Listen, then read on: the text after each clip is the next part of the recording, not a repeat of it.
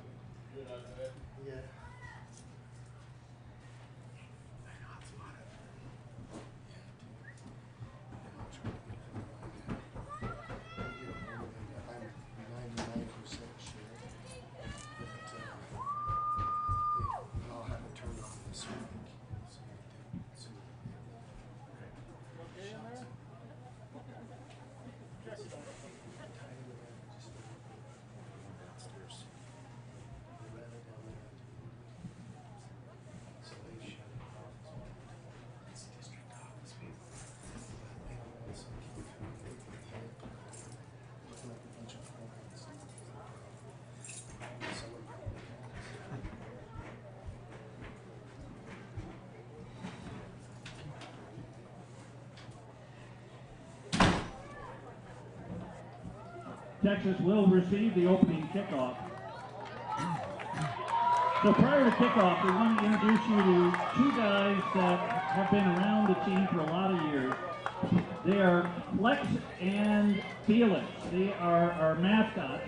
And traditionally they ride in on their motorcycles, but this year the motorcycles have been taken away by the Utah DMV. Too many tickets at games. And so unfortunately Flex and Felix are going to have alternate transportation, and we'll see what they come out on.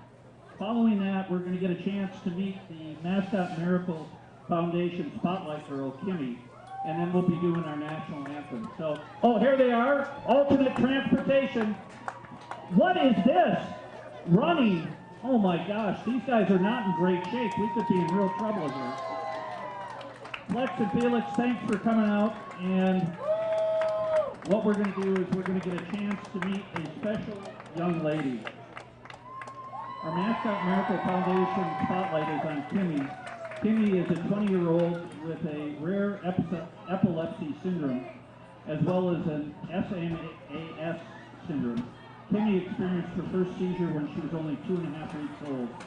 If Kimmy is having a good day where seizures are minimal, she can run, walk, and play. On bad days, Kimmy remains in a wheelchair where she has difficulty doing small tasks or even lifting her head. She enjoys being a princess and was crowned 2014 Junior Teen and 2016 Miss Amazing Teen Queen, where when she was able to feel like a princess herself, she represented Utah in the national pageant. She went on her Make-A-Wish Foundation trip to meet Buddy the Cake Boss. She loves horseback riding, dancing, singing, and of course, cake decorating. She attended the Mascot Miracle Foundation events, which allow her to be normal, and she loves being associated with the mascots. So we're very grateful to the Mascot Miracle Network for all their support. So now Kimmy is going to come out and hold the flag for our national anthem. There's Felix with the flag.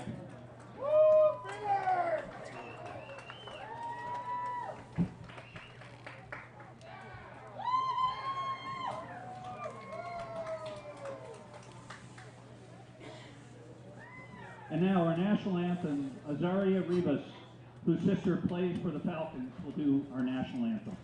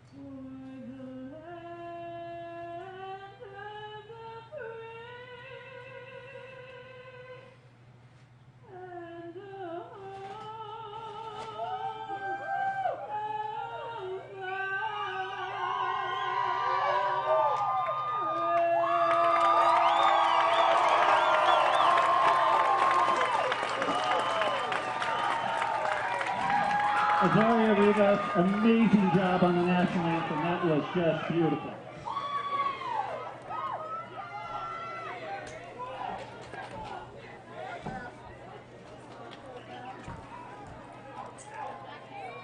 At this time, we'd like to take a moment of silence.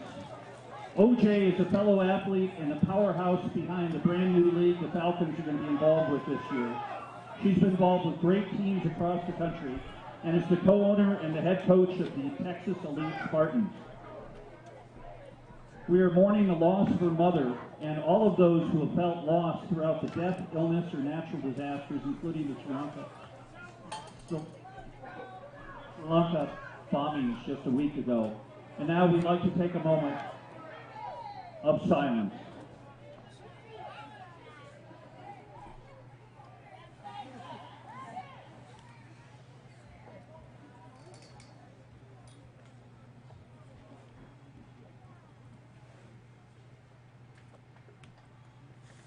Thank you so much. We appreciate it. And now let's get ready for some great women's professional football.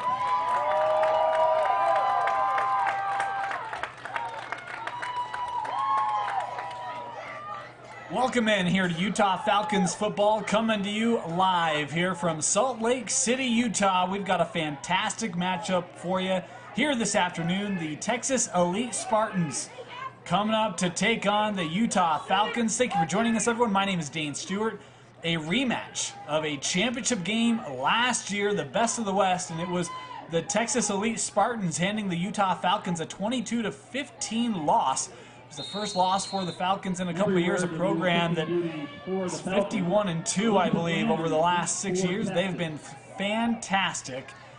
But they are looking for some retribution here today against the Elite Spartans. Texas is in the road white uniforms, and Utah in the all-home blues. And we are underway here from Salt Lake, that right into the front line of blockers, and able to be gathered easily at the 47-yard line is where the Texas Elite Spartan offense will come out on the field.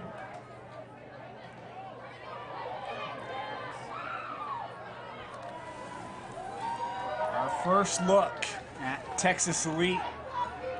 We mentioned their first national championship secured last year over the Utah Falcons. That game down in Las Vegas, Nevada. And they have good field position to start this first drive.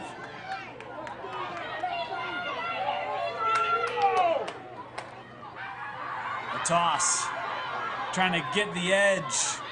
I think it's DeGraffenreid, and DeGraffenreid a nice run down to the 33-yard line. Solid start here for Texas Elite. There's a little bit of communication between players of both sides here after the play. It'll be a first down for Texas as they were able to get this down to the 33-yard line.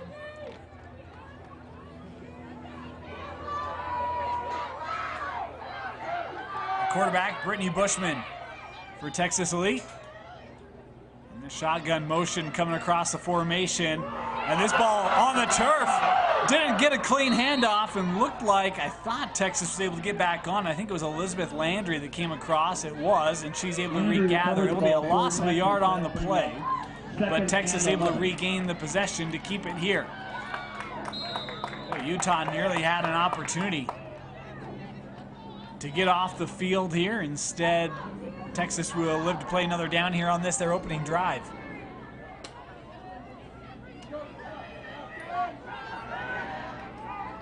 So 2nd and 11. Back to the ground, this right up the middle. Solid run to the 30-yard line. By DeGraffenreid, pickup of 4. Set up a 3rd and long here for Texas.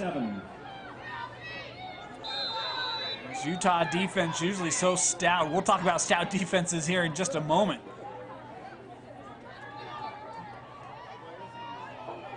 3rd and 7. See what Texas has ready to go here.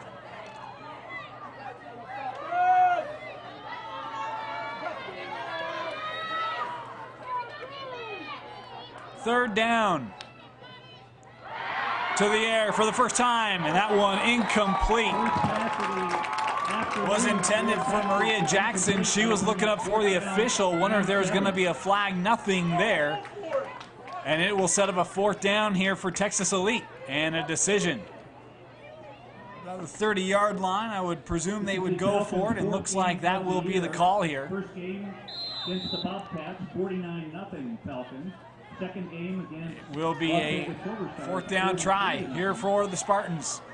They've got to get to the 23-yard line to move the sticks. Texas is going for it on 4th down. Bushman looking to throw, pressure. The outlet, that's caught by DeGraffenreid, makes one man miss. Able to substitute a second tackle, but is brought down short. There was a penalty flag back at the line of scrimmage. And so I think Texas will get another opportunity. Oh, excuse me, it was a procedure call against the offense. Well, there might have been some movement at the top of the formation, but expected that to be blown dead. Instead, the play continues, the penalty decline, and it will be a 1st down for the Utah Falcons after Texas Elite turns it over on downs on their first series. On their own 27-yard line.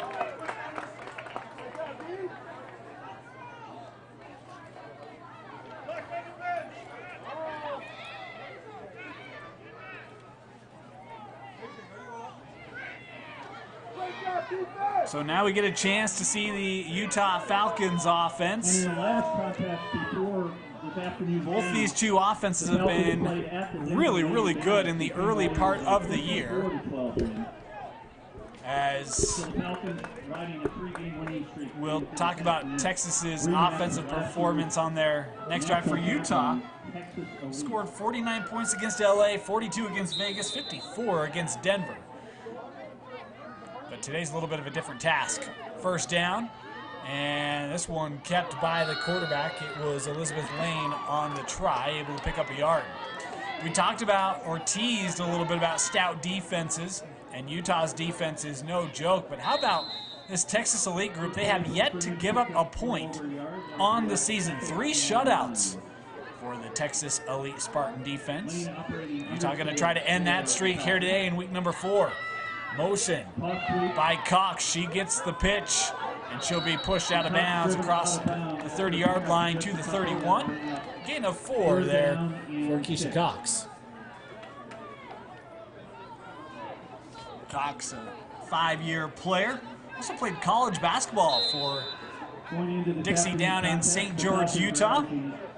She has been one of the team's leading rushers for a long time here at Utah. And this season, much the same.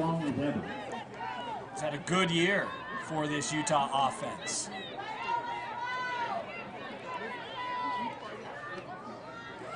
Third down, Lane to throw, and this one overthrown, was trying to connect with Elisa Salazar. That ball was off target, and it will bring up a 4th down for the Falcon offense. They've got to get to the 37.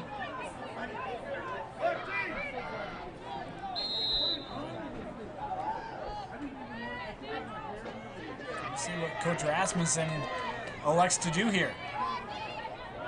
Looks like they will punt, and I would make the same call here on 4th and 6. And it is a punt. This one in the air takes a Falcon bounce across the 50. Mason Gore was back, elected not to take it, and the Falcons will down it back to the 44-yard line. Elite Spartan offense will come back out on the field after the defense holds the Falcons to a 3-and-out. We talked about the ability of this Falcons offense to put up points, and this Texas offense does the same. 42-0 over Houston in week 1, 30-0 over Nebraska, and 55-0 over Houston last week.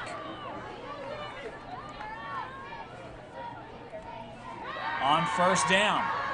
Throw, and this ball was thrown too wide for the intended target as they were trying to connect with Gore. Out in the flat. Bushman led her too far. Incomplete. Will bring up a 2nd down. Flex and Felix for being out here. Good to see that they're let out of the institution on Saturday morning. They'll have to be back in custody by about 6:30 tonight. If anyone sees these guys running away from the police, please call your local. Those first down passing opportunities, you can really find success down the field, but sometimes it'll back you up and make you play behind the chains like we have here, 2nd and 10. Texas Elite. Under center, they go back to the ground. And a good tackle coming up was Kayla Bruner, able to upend the ball carrier. It was Yumi Warner on the run, and if it isn't for Bruner's tackle, got a great opportunity there for Warner to pick up additional yards. Instead, a limit to just 2 on the carry will bring up a 3rd down and 8. Coming up here for Texas.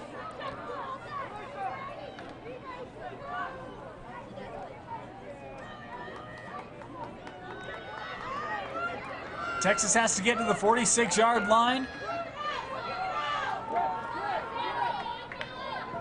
In the shotgun, and this one rolled back. Able to get the ball out quickly. That caught and gonna be short. A nice reception made there by Gore. And tell you what, great play by Bushman, able to kind of regather herself after the snap was low, but Gore is tackled immediately after the reception. Gonna be about 1.5 yards shy of the 1st down. If I'm Texas, I'm electing to go for it here. They've had good success on the ground. 4th and short. Would expect them to try the same. We'll see what they like to do here inside of 10 minutes left in our first quarter. First home game of the year for the Falcons. Taking on the defending champs.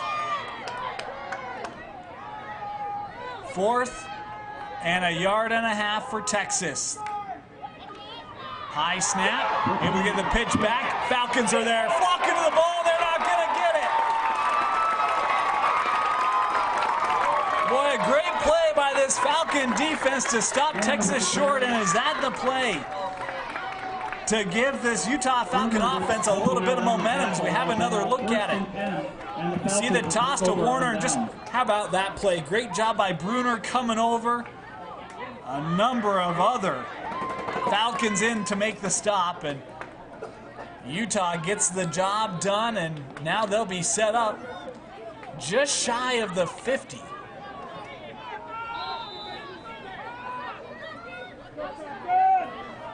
This will be the second series for the Falcons. See if it goes a little smoother than the first. On first down, inside carry. And this was to Tella. Tella able to cross the 50-yard line to the 48. 3-yard carry there for Tina.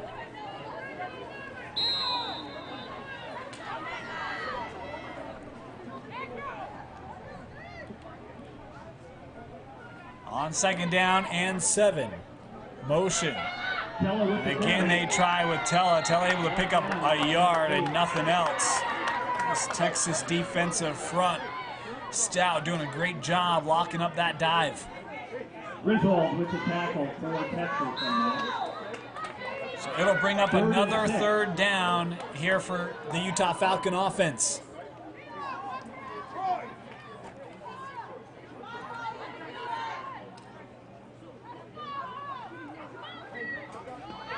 Kept by Ware and nowhere to go.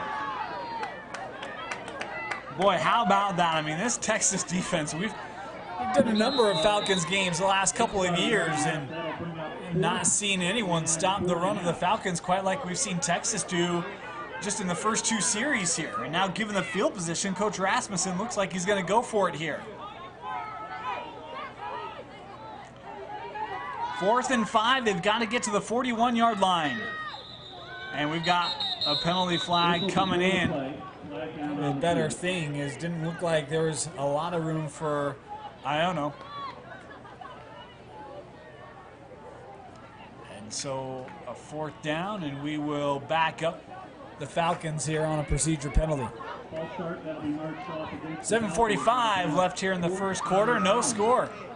And a rematch of last year's Best of the West championship game. Utah looking for retribution, and Texas trying to show that ain't no fluke. 4th and 10. Now for Utah after the penalty. Motion from Magana. They tried the little jump pass, and this was incomplete. Not a terrible idea on 4th and 10, but unable to connect, and it's another 3 and out for the Falcons. So Texas will come back out right across midfield. In fact, they'll start right where their last possession ended, at the Utah 49-yard line. See which of these two defenses is going to break first. State of Utah has been a tremendous supporter of women's athletics, in particular the Utah Falcons, as they've enjoyed 6 seasons of excellence. Thanks so much to the Utah Governor's Office of Economic Development. 3rd drive for Texas Elite. This will start under center.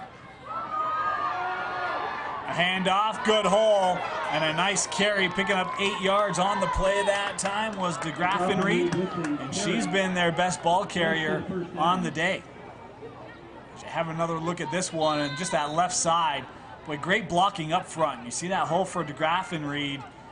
Easy to take advantage of that kind of space, and a pickup of 8 yards for Hannah.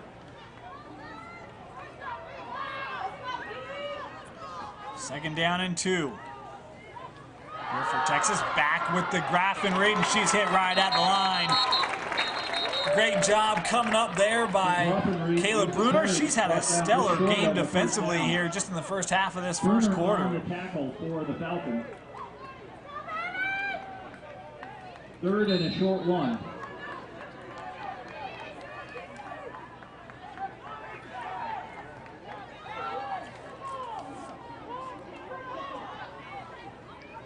It's now a 3rd and 1 coming up here for Texas.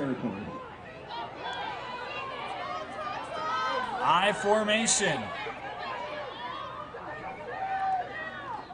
Bushman gonna hand off. Met right at the 40 and nowhere to go.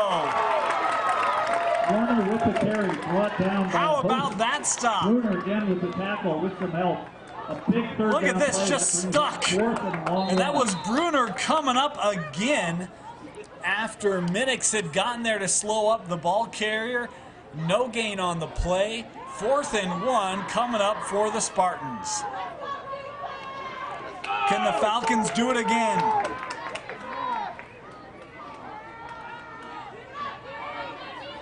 Fourth and 1.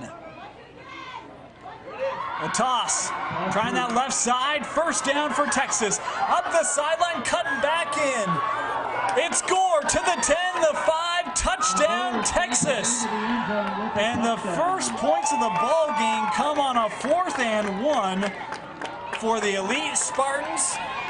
Racing Gore able to take 40 yards for 6. For Texas Elite, they go up by a score of 6-0 with 5:18 left in the first quarter. Boy, what a play that time by Gore. And A toss sweep on they fourth tried down. the dive a couple times, and the toss to Gore able to take it the rest of the way. With 5:10 left, Texas able to strike first.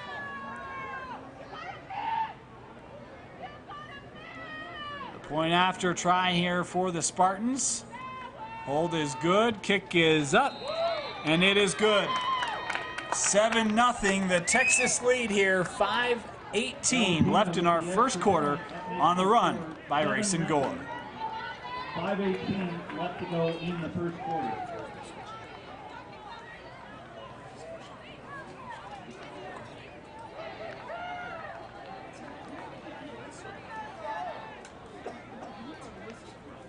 The Falcons want to thank Stevens Henniger College. Our teachers are there to help you with your education every step of the way. We provide all textbooks, supplies, and equipment at no additional charge. Stevens Henniger also provides free tutoring for any class and not just during posted office hours. We know our students and help them overcome their struggles to be successful. The Falcons want to thank Stevens Henniger College. They've been around helping the Falcons for a number of years. They have been great sponsors. Felix and Flex were both accepted at Stevens Henniger, but then they went to their first class and got in a lot of trouble, and they were banned from higher education, unfortunately. 7-0, the Texas lead. And After a they're also 40-yard connected to lower scamper from education. Racing Gore. Pretty much education is their kryptonite.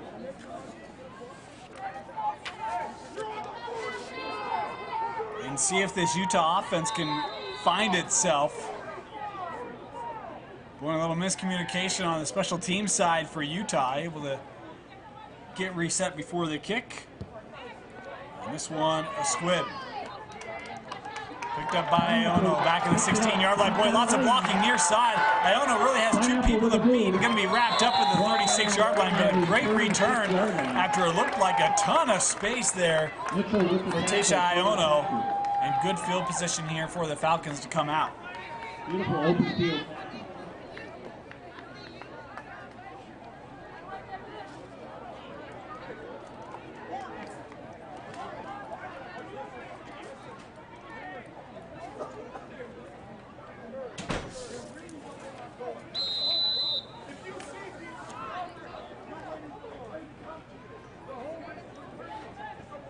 So first down here for Utah, starting at their own 36-yard line.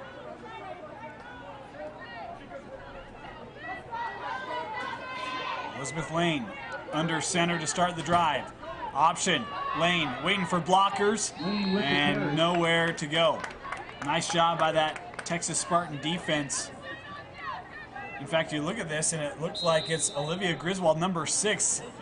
See how she's able to come back down on the play, help bring down Lane for a minimal gain. In fact, they'll say she got back to the line, but that's it. And movement there, penalty flags on the play. Looks like this one going to be marked off against the defense. Yes, it will. So a free 5 yards there gifted for the Falcons, and for a Texas defense that's looked Stout, that's maybe their first mistake of the ball game. That'll bring up 2nd and 5. So it'll be a 2nd and 5 here for Utah.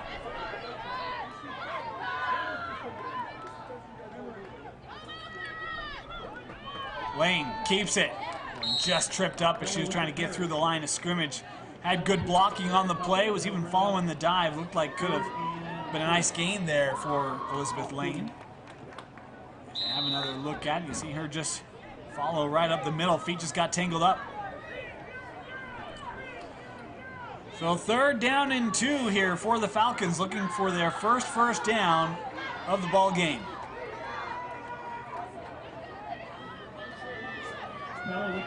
Lane keeps it right to the 50-yard line. 1st down for Utah. A gain of 6 for Elizabeth Lane. 1st and 10 Falcons. And that penalty ends up hurting Texas. Is Utah able to run the rest of the way? And move the sticks here inside of 4 minutes left in our opening quarter. One is a Toyota Tundra pickup, a black one.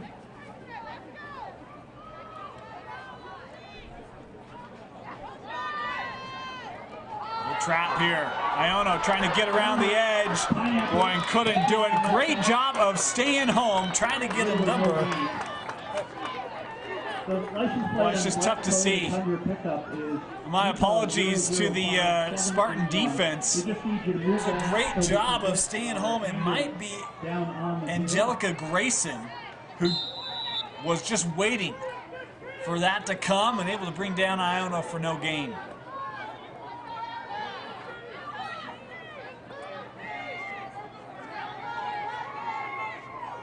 2nd and 10. Motion from Cox. There's the option. Lane gonna turn it upfield.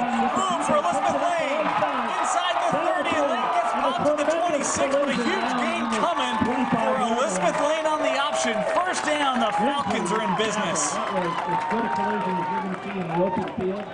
How about this play? And you see setting up that speed option. This is a great read by Lane. You saw that look back, and then as she turned to the eyes upfield, just saw all that space. That's a big pop there from Grimsley for this Texas defense, but Lane able to make them pay, and it's 1st down for Utah.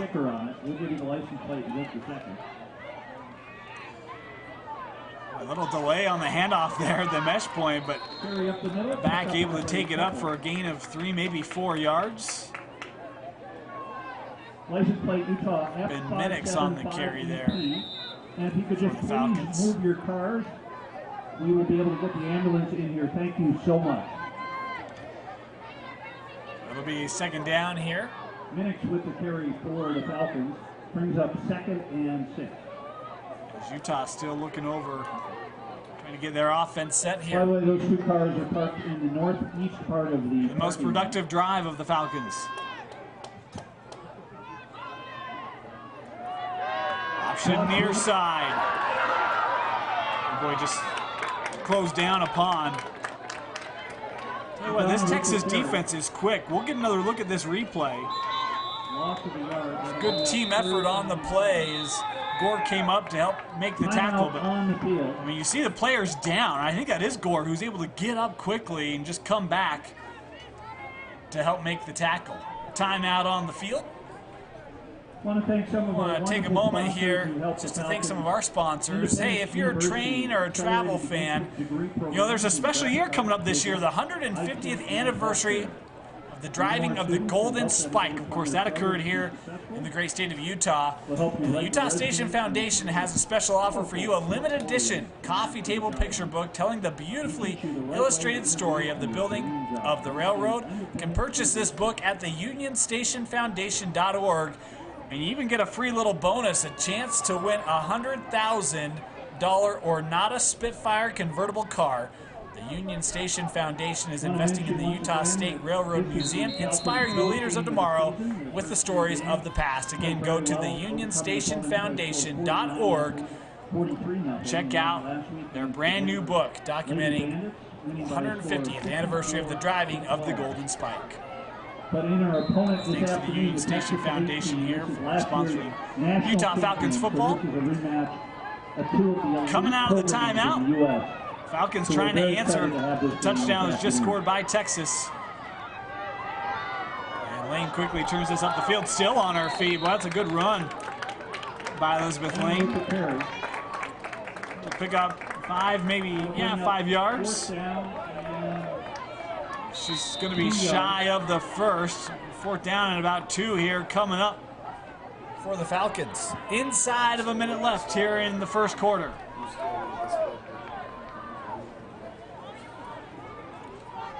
Fourth and 1. Boy, and Lane got popped. Boy, she kept it. And I don't know if she was trying to find a lane or what, but there was just nowhere to go. And then all of a sudden, just got popped. Another look at this 4th down play. And, oh, man, what a defensive play made that time by Amber Kimbrough, number 32. Able to come up through the hole. There was no way that Elizabeth Lane was going to pick up that 1st down, and the Falcons turn it over on downs inside the 20. So a promising drive for Utah, but that Texas defense we mentioned yet to give up a score on the year, and they keep that intact here late in the first.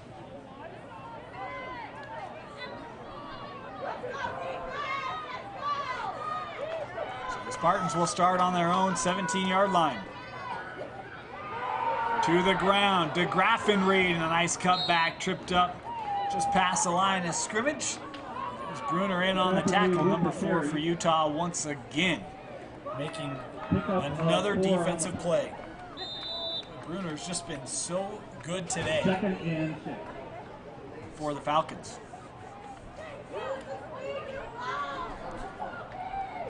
There's 10 seconds left in the quarter. This might do it for the first. And indeed it will. Texas Elite has come up, and the Utah Falcons trailing after 1, 7-0. Watching Utah Falcons football. We'll have the second quarter coming up right after this.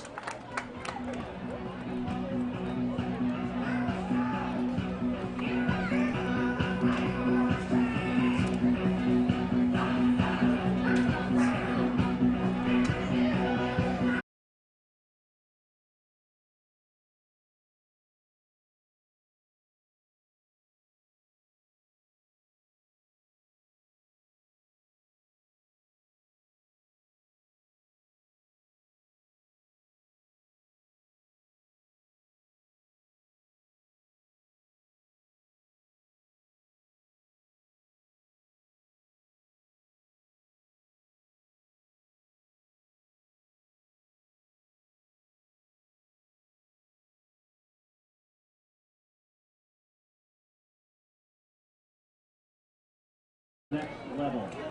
The group leading the movement consists of 4 former female NFL coaches, 3 former NCAA Division I coaches, NFL alumni, and many Fortune 100 marketing. Getting ready to start the second quarter here. Utah trailing Texas 7-0.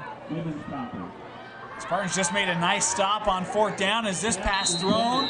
Incomplete. Landry with the catch. Making the catch was Elizabeth Landry for Texas Elite. The sideline of Utah thought that was incomplete. The back was to us, so I couldn't tell, but nice sliding catch there by Landry.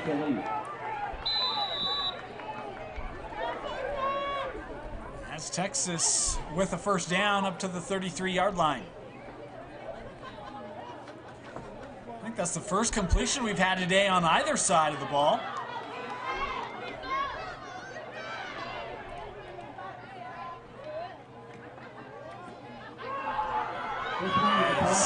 Run play here. DeGraffenried upended. There's a penalty flag in the backfield. I think this one going to be called on the offense. We're with the tackle. Beautiful open field. There's DeGraffenried trying to get around that edge, and a tough tackle made there. Pickup of 2 on the carry. Still looking for that call, and they may have waved it off. Looks like they did as we have another look at that run. See the toss. How about that, Bruner lowering the pads to help make that tackle. So yeah, they waved off the flag. 2nd down and 8 here, and not a lot of room there.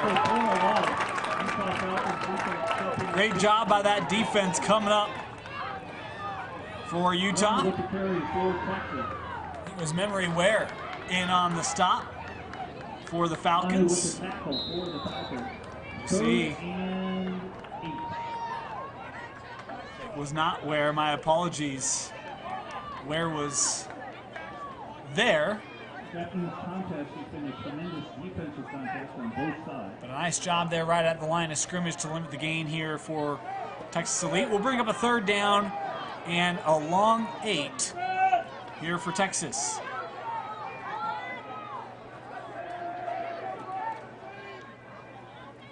Single back.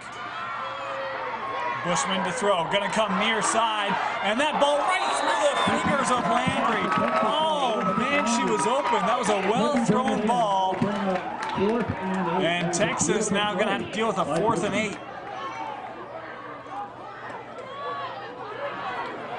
You see her look to that far side and then come back. And this one right through Landry's hands. Well, you don't get many opportunities like that.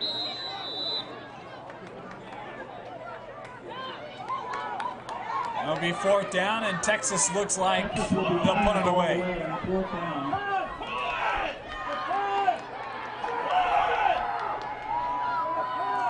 Nobody looks to be back here for Utah. Probably playing fairly conservative here as this kick back to the 42 is where it will be down.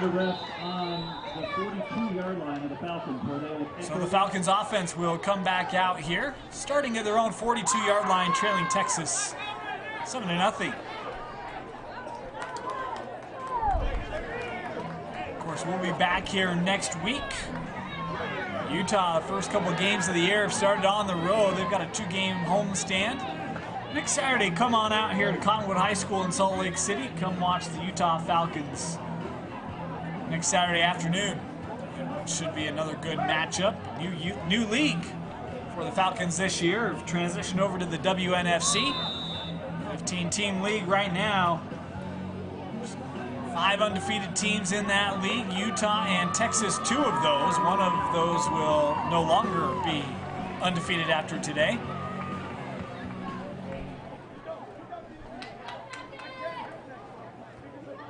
After a productive last drive, the offense back out on the field for the Falcons.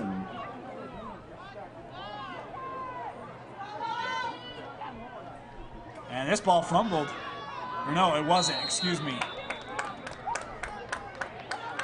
Lane was able to gather that. She's never pulled away from the center. And typically, this offense, you'll see that. So I was a little slow on the call. My apologies there to Elizabeth Lane. Able to pick up 2 yards on the keeper.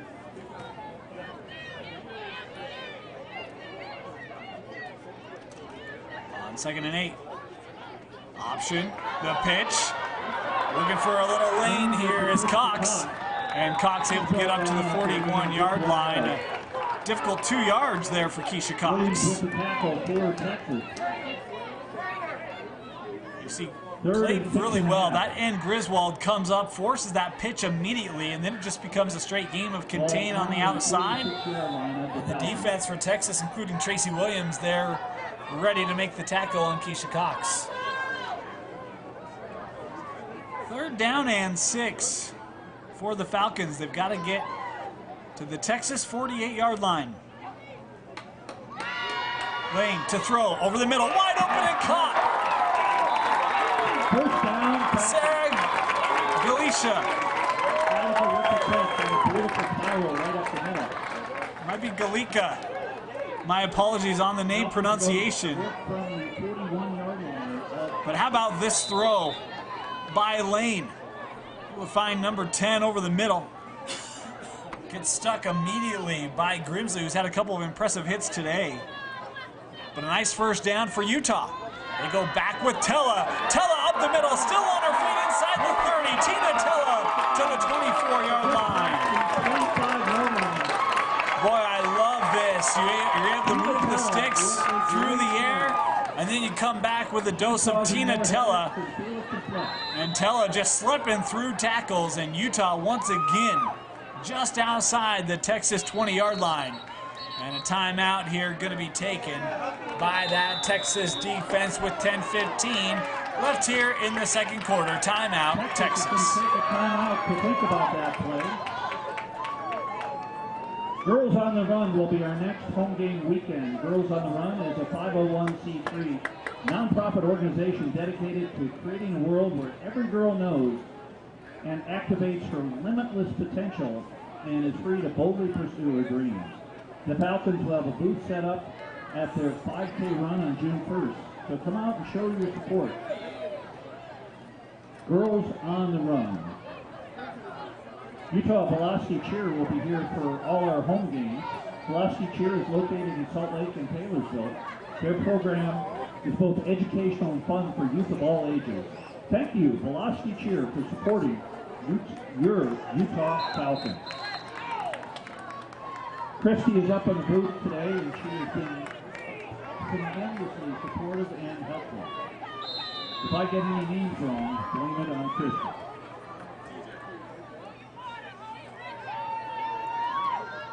So first down for the Falcons. They go back with Tina Tella. Tella slipping through tackles again. Inside the 15 to the 12-yard line is Tina Tella. A gain of 13. And now that Utah run game finding success behind Tina Tella. Well, you're just not going to be able to arm tackle here. You've got to square up, shoulder into the pads, and try to slow her up, bring her down. Arm tackles, she's just been slipping them here on this drive. Another first down, trying up the middle, and this time it's Olivia Griswold able to make the stop.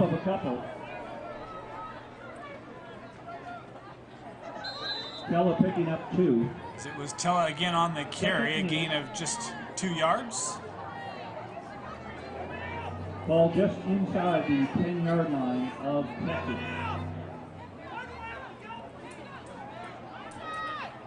On second down.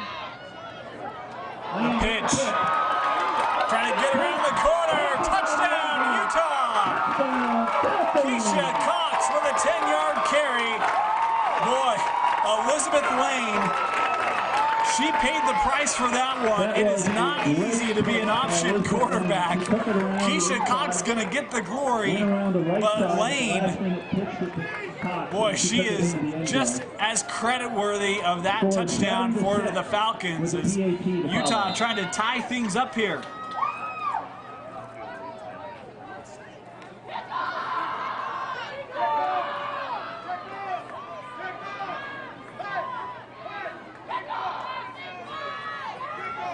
Point after try coming up for Utah, looking to tie it up.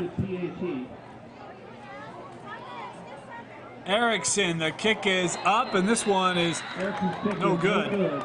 And so the score remains 7-6. Texas with the lead, 9:05 left here in the first half.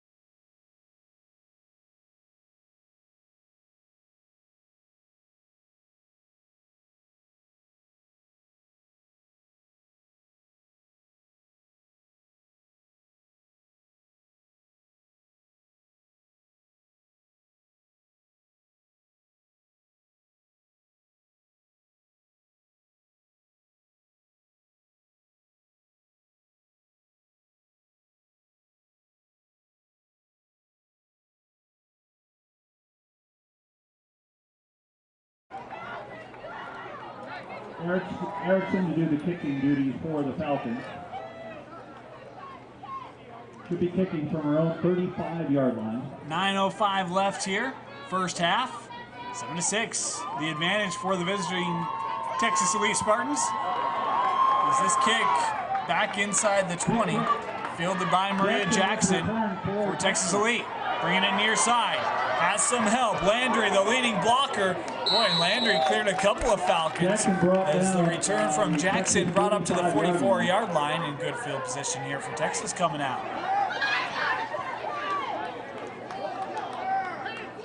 Tackle by Erickson. Tell you what, there have been a number of good returns in this ball game. Everyone coming out on this gorgeous. It's been good field position time after time. You couldn't ask for better weather for football, and you couldn't ask for better teams. Coach Rasmussen, I don't think he's real happy with some of the lead blocking that we pointed out on that return. The Falcons Armed Corps revenge. Be a 1st and 10 for Texas at the 45.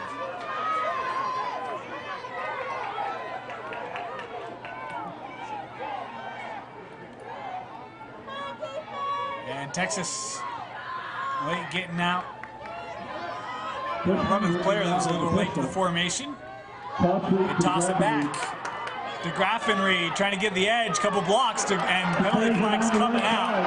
I think DeGraffenried looks to be off to the race, one man to beat, but she's going to turn it inside. Will she get to the end zone? The stiff arm will be brought down to the 1, but this one is coming back. Allison with the tackle in the open field. That was a great open field tackle. I'll tell you what, that's a great job by Sarah Galika, not giving up and tracking DeGraffenried down. But again, DeGraffenried, she just ran 55 yards and for nothing. This one will not be kept valid. See if we can get a look at what happened on the play. This play is coming back. Like maybe a face mask, a block in the back right there.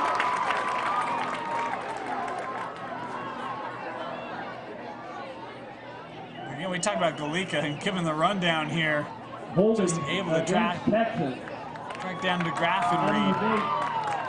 The call was actually holding. Long run. So it will bring it back to the 36-yard line. We want to thank the officials for doing a great job here. Of Texas.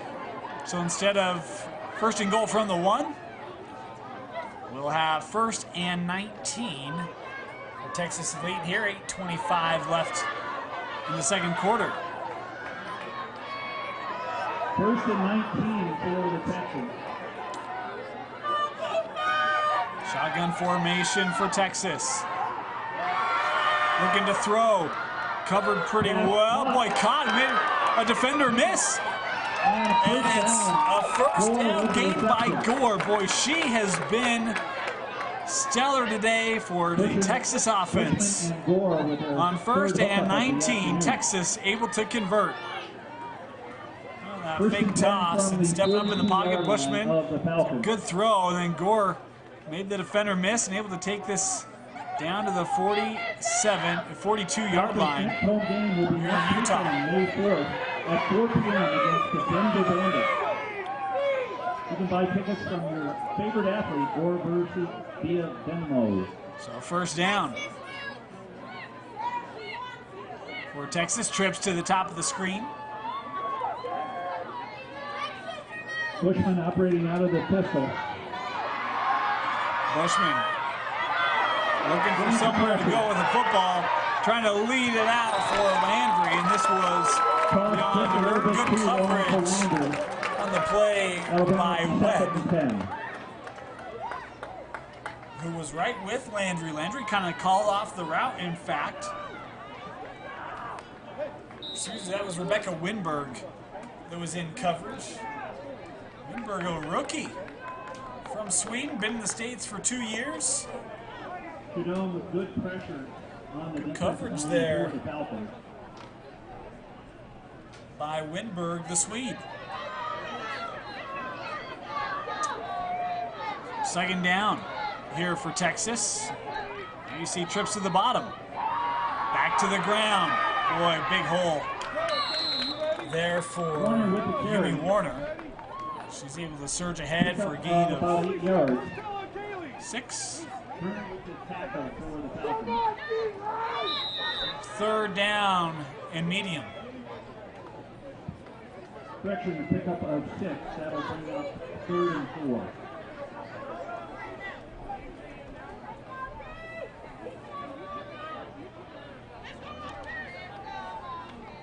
Good thing Utah has going for him here on this third down is DeGraffenreid on the sideline here. It'll be Warner in the backfield with Bushman. Third down, Bushman to throw as a receiver caught, and a first down as it was Maria Jackson with the reception. And a gain of 11, first down for Texas.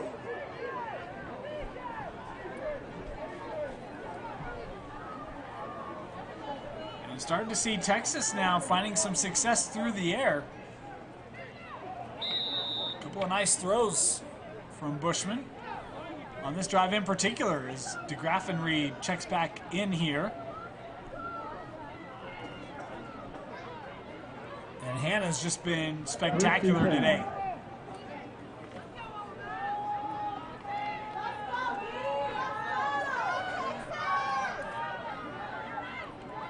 First down here for Texas. Warner the back. Warner gets the carry. Warner up the middle, inside the 15. A nice run there from Yumi Warner. Peoples with the carry, or with his tackle for the Falcons. Right now, Texas is winning the battle up front. Seeing that offensive line with some good blocking, generating some nice holes. When you have that success in the air, then those delays can become a little more impactful on the offensive side. Second down and about a yard here for Texas. Bushman play action, looking to the end zone. Landry caught, touchdown, Texas. Landry with the reception and a 12-yard touchdown from Bushman to Landry and the Texas Elite Spartans.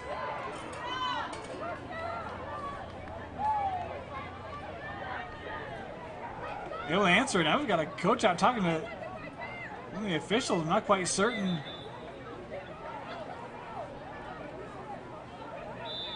what we have happened. Maybe. Oh, timeout going to be taken here by Utah. So timeout with 4:45 left. Falcons will take a timeout After the Texas touchdown. 13-6. The advantage here for Texas.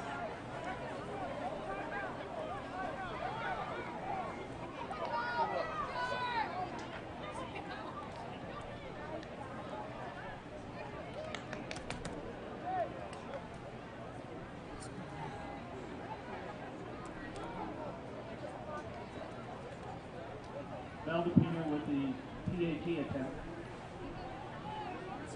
I thought we had indication of a timeout, but we're just going to go right with the PAT here. All sorts of confusion. The kick is up. Point after up. It's good. It's 14-6, the lead for Texas. 45 seconds left in the second quarter.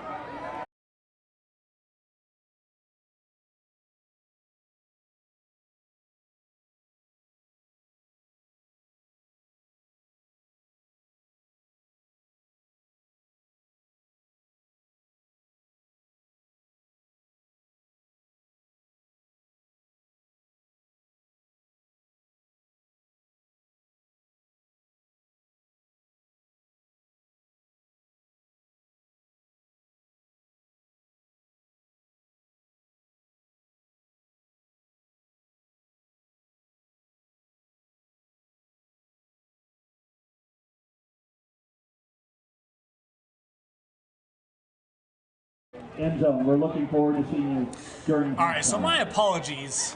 We had a coach on the field, saw indication of timeout, heard the officials call a timeout, but yet there was no timeout. So, such it is. 14-6, the advantage for Texas. Good kick here. Going to be taken off the bounce by Iono. Boy, didn't catch it cleanly. So she's going to be a little disadvantaged here on the return. And going to be wrapped up back at about the 24, 23-yard line. Good coverage on the play by Texas. 4:38 left here in the first half. Utah trailing 14-6. We mentioned these two playing in that championship game last year. That final was 22-15.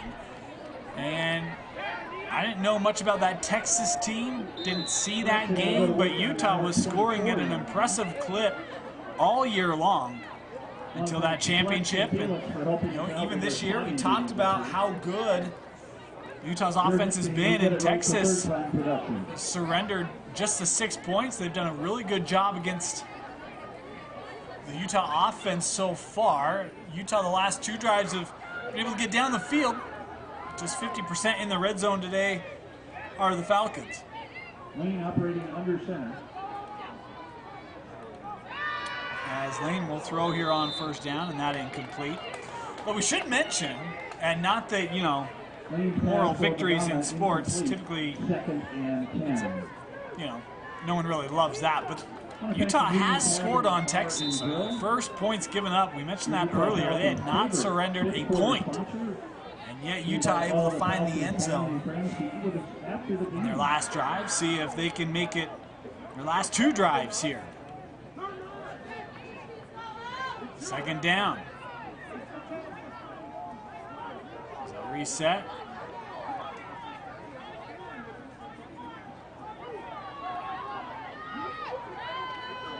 Option. Boy, that one dangerous. That's a live ball, and it will just trickle out of bounds.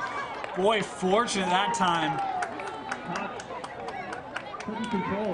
He's maybe held on to that ball a little too long. The pitch, the defender was right there. And boy, Utah fortunate, I think, to have another whirl at this one. Big loss on the play. That'll bring up. Going to be a loss of, goodness, 10 yards on the play. As our apologies there. Technical difficulty. So it'll be third down and 20. I'll dive here to tell us she'll pick up a couple. That won't be nearly enough, and it'll bring up a fourth down here with the clock at 3.5 minutes left here in the first half, and a fourth down for Utah. Once again, the Union Tavern Bar and Grill. So Texas can get the ball back, and the way they've moved it, they've got 2 timeouts left. Check them out in Midvale. You would presume they might have enough time to go get another score here.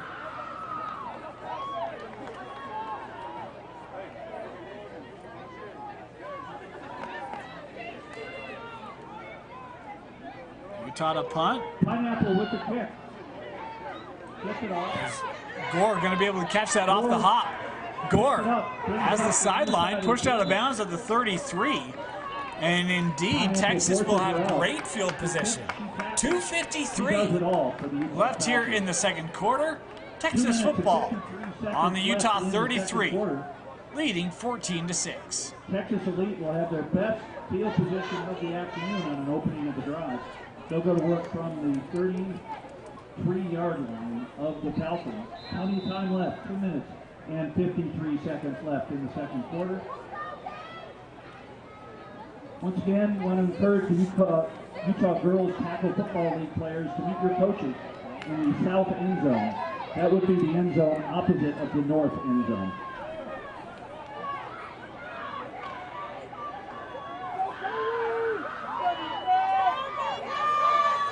First and 10 for Texas. 2:53 left. And we've got a little formation shift here for Texas. Play clock down to 5. Bushman. Toss to DeGraffenreid. DeGraffenreid trying to get outside. DeGraffenreid has the angle inside the 20. Penalty flags coming in. DeGraffenreid. She would be down. No, touchdown would be the call. But again, the penalty flags. I think this one coming back. And the second big run of the day for DeGraffenreid as she just collapses in the end zone. I'm sure out of frustration, like, are you serious? A couple big runs now for Hannah coming back.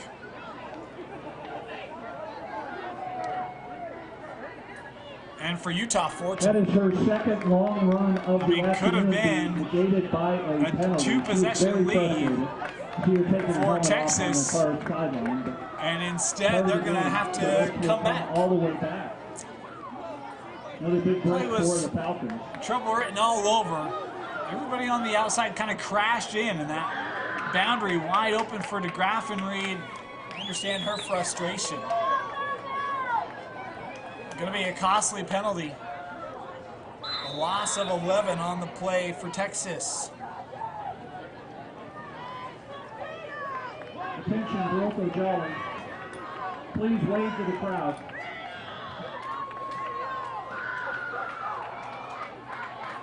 So first down She's got that wave down. for Texas at the 44.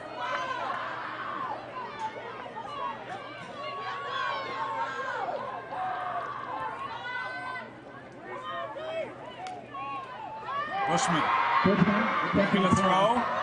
Out wide open. That ball caught. It's Amanda Hellman inside the 15 as Minnick was racing back to save the touchdown, and a defensive miscommunication leads to a big gain for Texas. Boy, have another look at this, and this is just flat out miscommunication in the back end. You see the wheel route and boy, just all sorts of space. Great recovery by Minnick, but Texas back in the red zone and in business here. 2:05 left in the second quarter, and a timeout taken by Utah.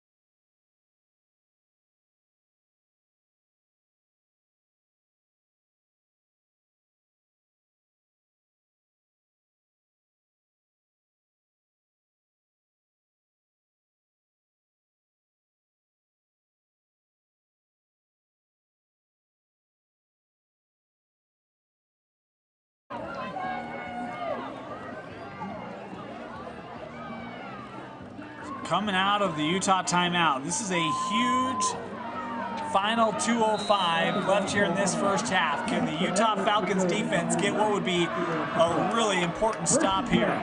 First down for Texas. Gore with the carry.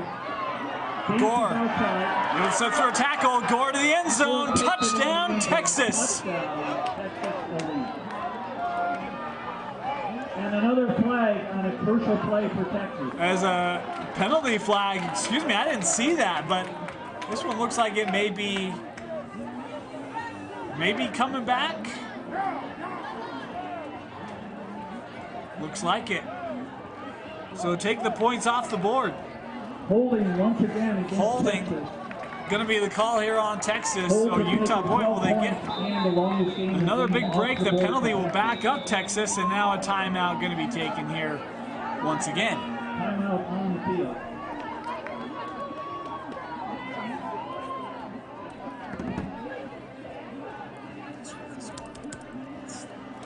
We will take another moment just to remind you the 150th anniversary of the driving of the Golden Spike here in the state of Utah, and the Union Station Foundation has a special offer. They've got a limited edition coffee table book telling the beautifully illustrated story of the building of the Transcontinental Railroad. Purchase this book at the unionstationfoundation.org, and when you do so, you'll receive a chance to win a $100,000 Ornata Spitfire convertible car. Folks, if you go to the website, you'll see a picture of it. It's a beaut. The Union Station Foundation is investing in the Utah State Railroad Museum, inspiring the leaders of tomorrow with the stories of the past. Again, that website is the unionstationfoundation.org.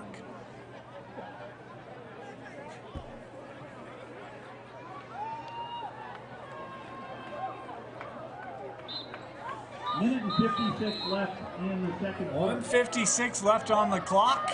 Penalties have really led to the, I don't want to say undoing, but Utah may be in a fortunate situation that they're in.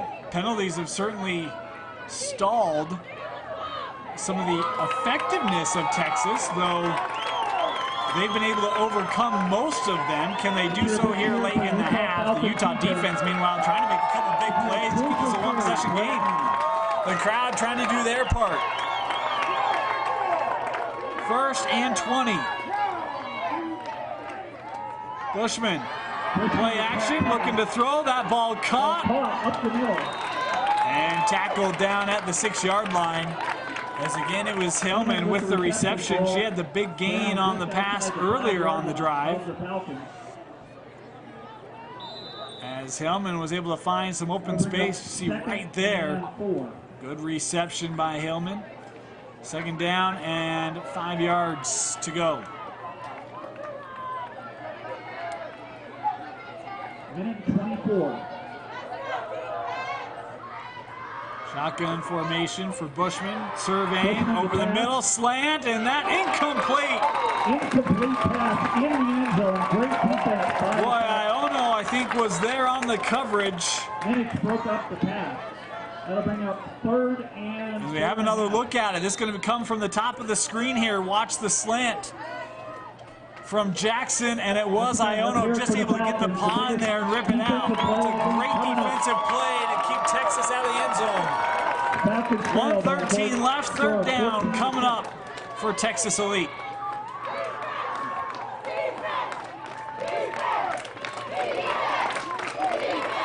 Again, the crowd getting into an I formation again. To the ground with Gore. Gore cutting inside. Gore, touchdown, Texas. This time I don't see any flags. Looks like we do have an injured Falcon, though, as Kiosha Peoples is a little slow to get up. As we have another look at that touchdown run from Gore. You see Peoples, boy, you can see it right there. It happened pretty quickly, but she was coming up. Went down to try to make the tackle and then got ran over by offensive and defensive line. And they're having a look right now at Peoples. I certainly hope that she'll be okay. Peoples, another rookie from Palm Springs, California. Played a couple years of college rugby. So we can get her BA in exercise science. And boy, certainly hope that she's okay. The Falcons have a record of 47-2 over the last 5 years, with both their losses being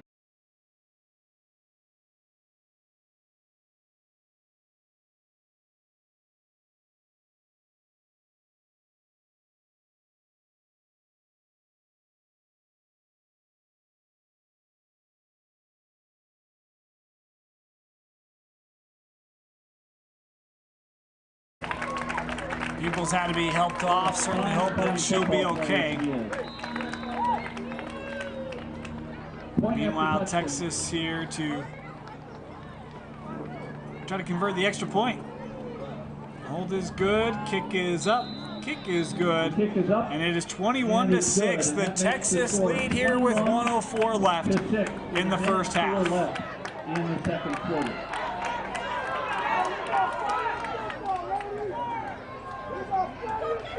The WNFC, Women's National Football Conference, is a groundbreaking organization that has decided to take women's football to the next level.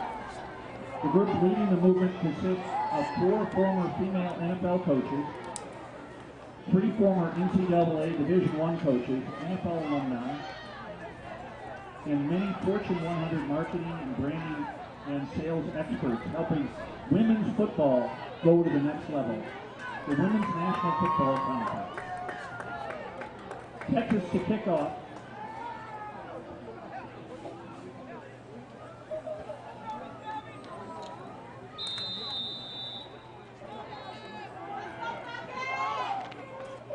Texas here to kick off.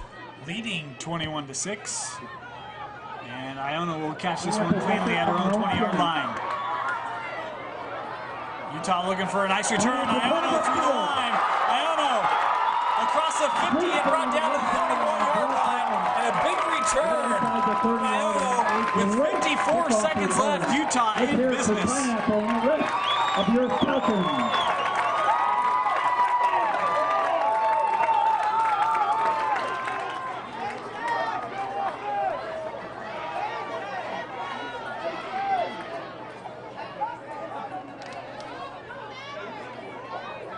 Falcons go to work with 54 seconds left in the half. So can Utah Take over have a late response? Again, the Falcons will get the ball to start the second half. So if they could go out on a positive note here, hey, they could, just 2 possessions away, you could find yourselves right back in this ball game rather quickly. On first down, Lane to throw, looking deep, and no one was there as the receiver got held up at the line of scrimmage. Call the intended receiver. Couldn't get release. There from the top of the screen. This Texas defense continued to be impressive today. Second down for Utah. I'm going to try a sweep here with Cox, and she's going backwards trying to get around, and there just isn't going to be any room there.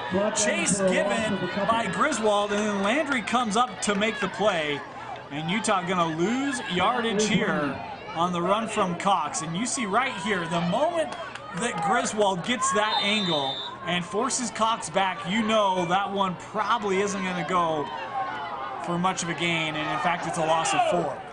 The clock down to 20 seconds left. Utah needs to hurry. Third down. Lane to throw over the middle. That one nearly intercepted, but a penalty flag is coming on the play. I'm not quite certain if we'll have this or not. It was Galika who is down. She got hit in the route, I believe. See if we can get a look at it on the replay. No, this is outside. Oh, yeah, you can kind of see the hit there, but it happened really quickly. Difficult to see.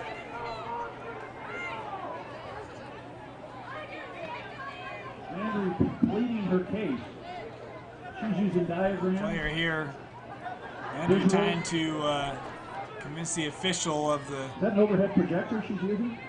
legality of it. Instead, and even the Texas coaching staff asking for an explanation here. I think at a minimum, there was certainly contact with the player before the ball got there. Indication this would be going against the Texas Elite Spartans. Got a feeling the Spartans will not be sending out Christmas cards to our refereeing crew this evening.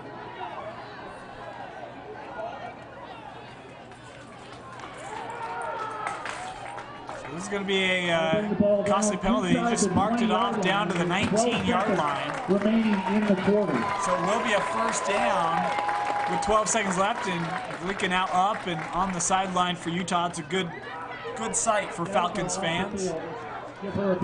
We got 2 chances at the end zone here for Utah. No timeouts left. So things either need to be incomplete, out of play, or in the end zone here for Utah. Offering some healthy debates.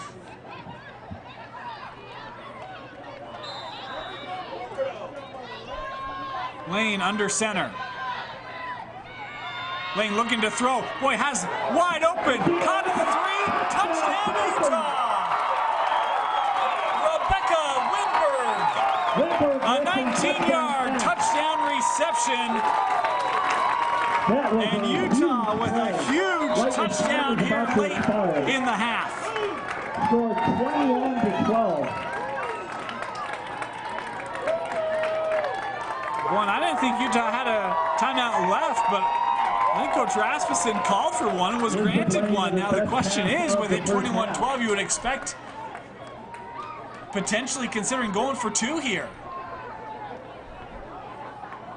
The first PAT did not look clean. Not certain if that's a regularity, the way they've been scoring, I mean, it looks like they haven't had issues with that up to date in the season, but you wonder if it's considering here maybe a 2-point try. Timeout on 6 the field. seconds left in the first half. At halftime, we're going to get a chance to meet some amazing young ladies. So that are we out there will, playing football. And we're also going to get a chance See what Utah likes to do, see if they can get this back to one possession here. She is a very inspirational young lady, and I know you'll get a chance to enjoy meeting her and give her a big round of applause. She's a guest of the Mascot Miracle Take another look at that touchdown. Amazing job.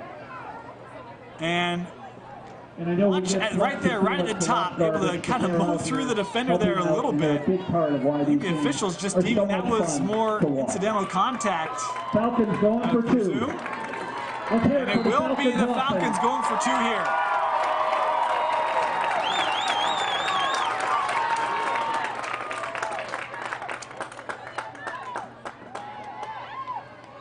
Option. Cox trying to get past defenders and won't be able to. That was played well on the outside by Texas. The 2-point try, no good. And the score, 21-12. Here with just 6 seconds left in the second quarter, Texas with the lead.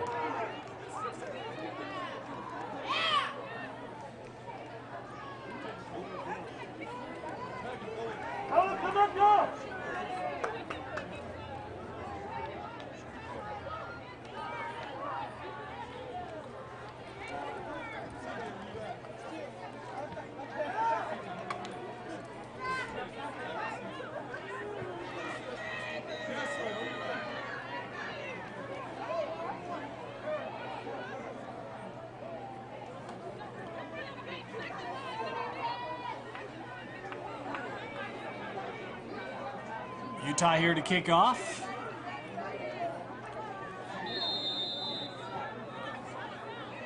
Trevor Allen visiting up in the booth today with KSL, and Trevor's covering the game for KSL.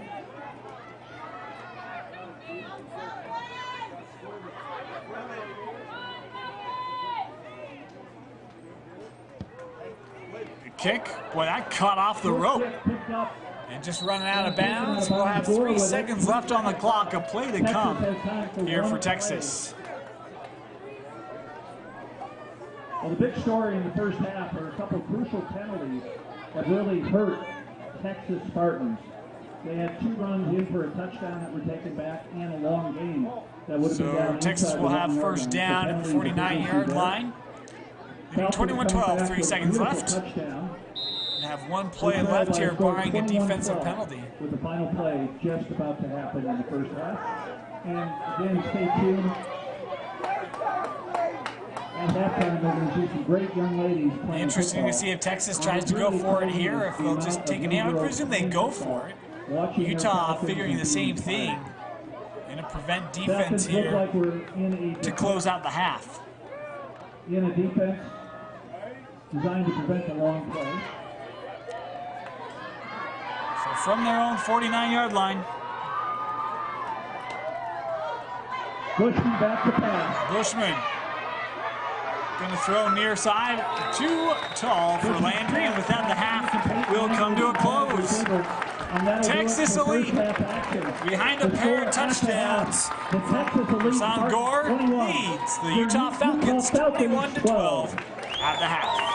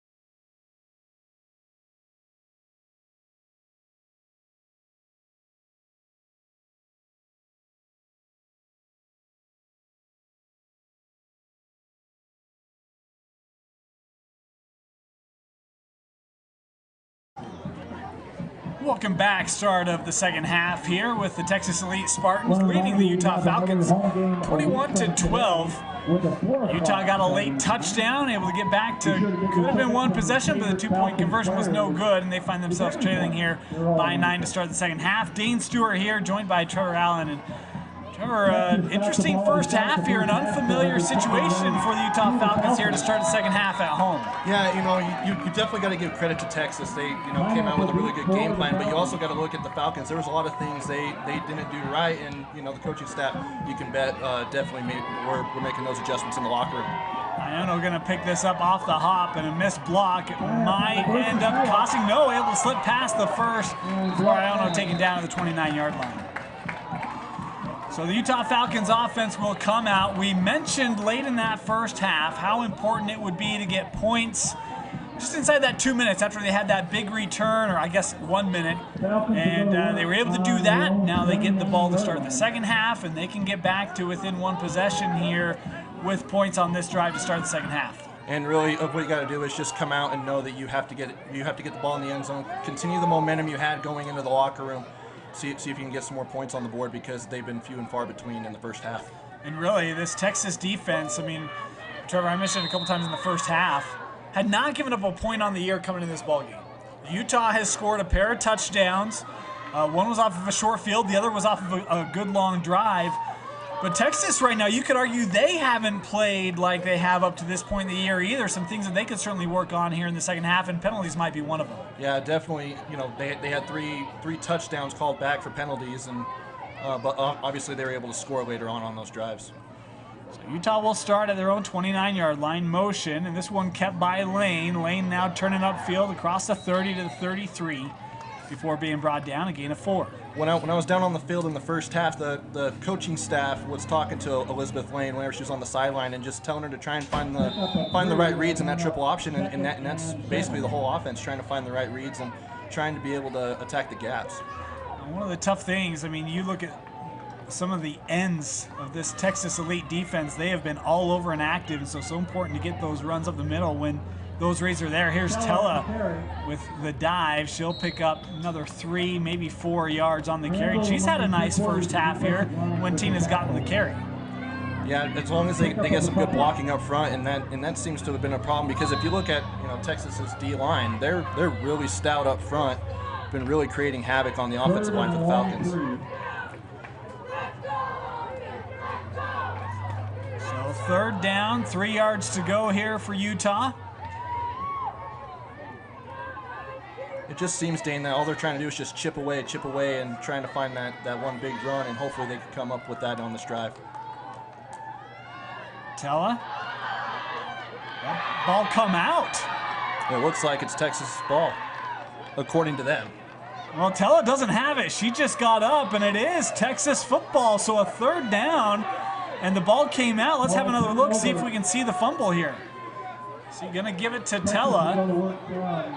The 39-yard line. And yeah, right Drops there. it right on the contact. And it was right near where the line or where the first down was. So a missed opportunity there for Utah and the turnover. And now Texas offense back out on the field.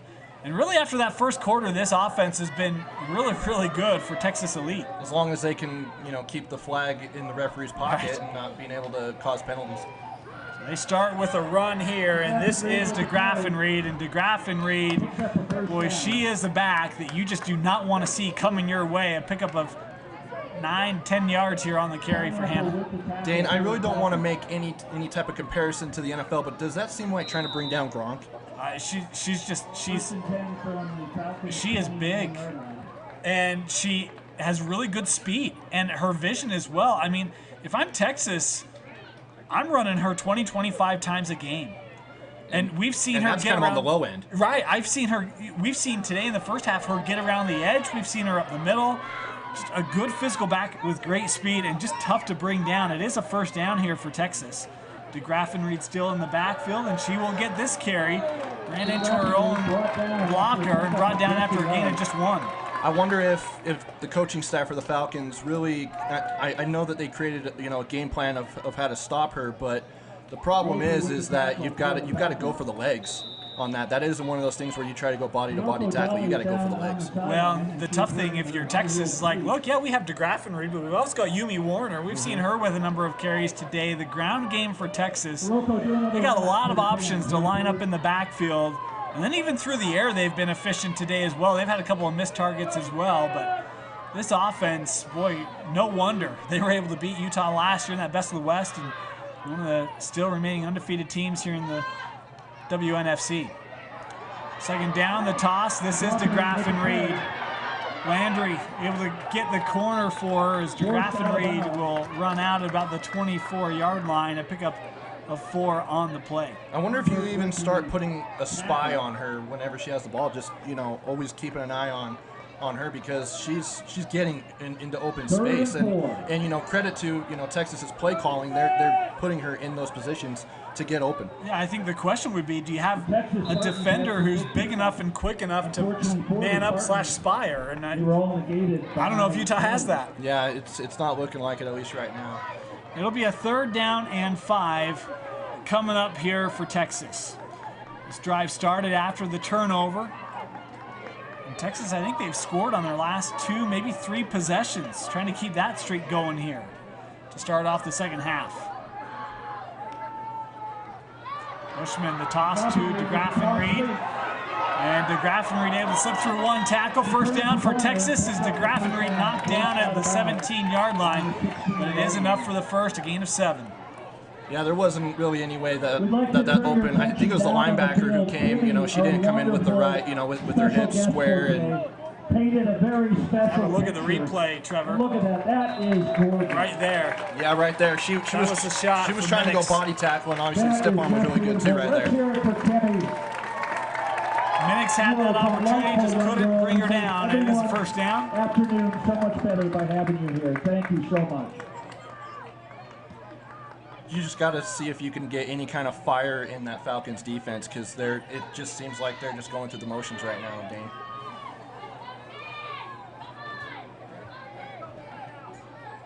They've made some nice stops in key situations. Can they come up with one here? 10.5 left here in the 3rd quarter and a first down for Texas Elite. To throw, Bushman to the end zone, and that one incomplete. Boy, had a receiver open, but it was Jackson that just had it slip through her fingers. All that Brittany Bushman needed to do was put maybe a little more juice on it, and it was right there. I mean, it wasn't the perfect throw, but I think it was also catchable. I think certainly catchable, and you see the corner playing 12 yards off or so, giving up that inside, and I don't know, maybe she thought the corner was going to deflect it. I mean, whenever you're getting into the red zone and your backs are against your goal line, you've got to be able to put pressure on the line, especially on the wide receivers. You got to be able to jam the line. I haven't seen that much today. We've seen the Utah secondary, by and large, play off. I mean, you have 5 yards to make contact. Yeah. Push them around a little bit, or at least attempt to. Well, I think we've seen that strategy from the Texas defense more so than the Utah defense here so far. 2nd and 10. Play action, coming near side. The outlet, this ball caught. It's Webb, and Webb will take this into the end zone. Yes, touchdown Texas. A 17-yard touchdown pass from Bushman to Webb, and Texas expands their lead here on the first drive of the 3rd quarter. Yeah, all it is, Dane, is just a simple route, catches it, and ends up breaking a couple tackles right there. As you look right here on your screen, just fires it on the run. Pretty nice throw in open field and breaking 2 tackles. Just physical football right there. And I think that's the difference. I mean, when you talk about Texas and Utah, Texas has brought the physicality today, and usually Utah is used to being the more physical team, but today, Trevor, they just haven't been. Yeah, and you know, I was talking to some people during pregame as we were watching the players warm up, and I was thinking maybe it was going to be a battle of finesse and power, and right now, power's winning out. 9:32 left here in the first quarter, 28-12. Texas, boy, looking impressive here on the road.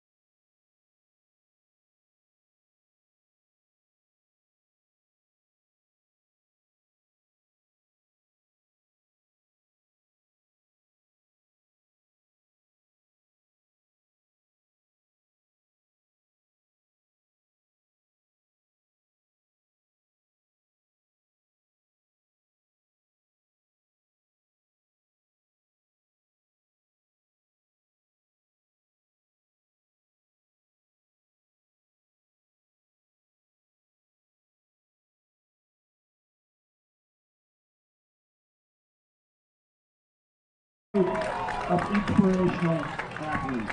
Welcome back. We had a late penalty, and so Texas will kick off from midfield.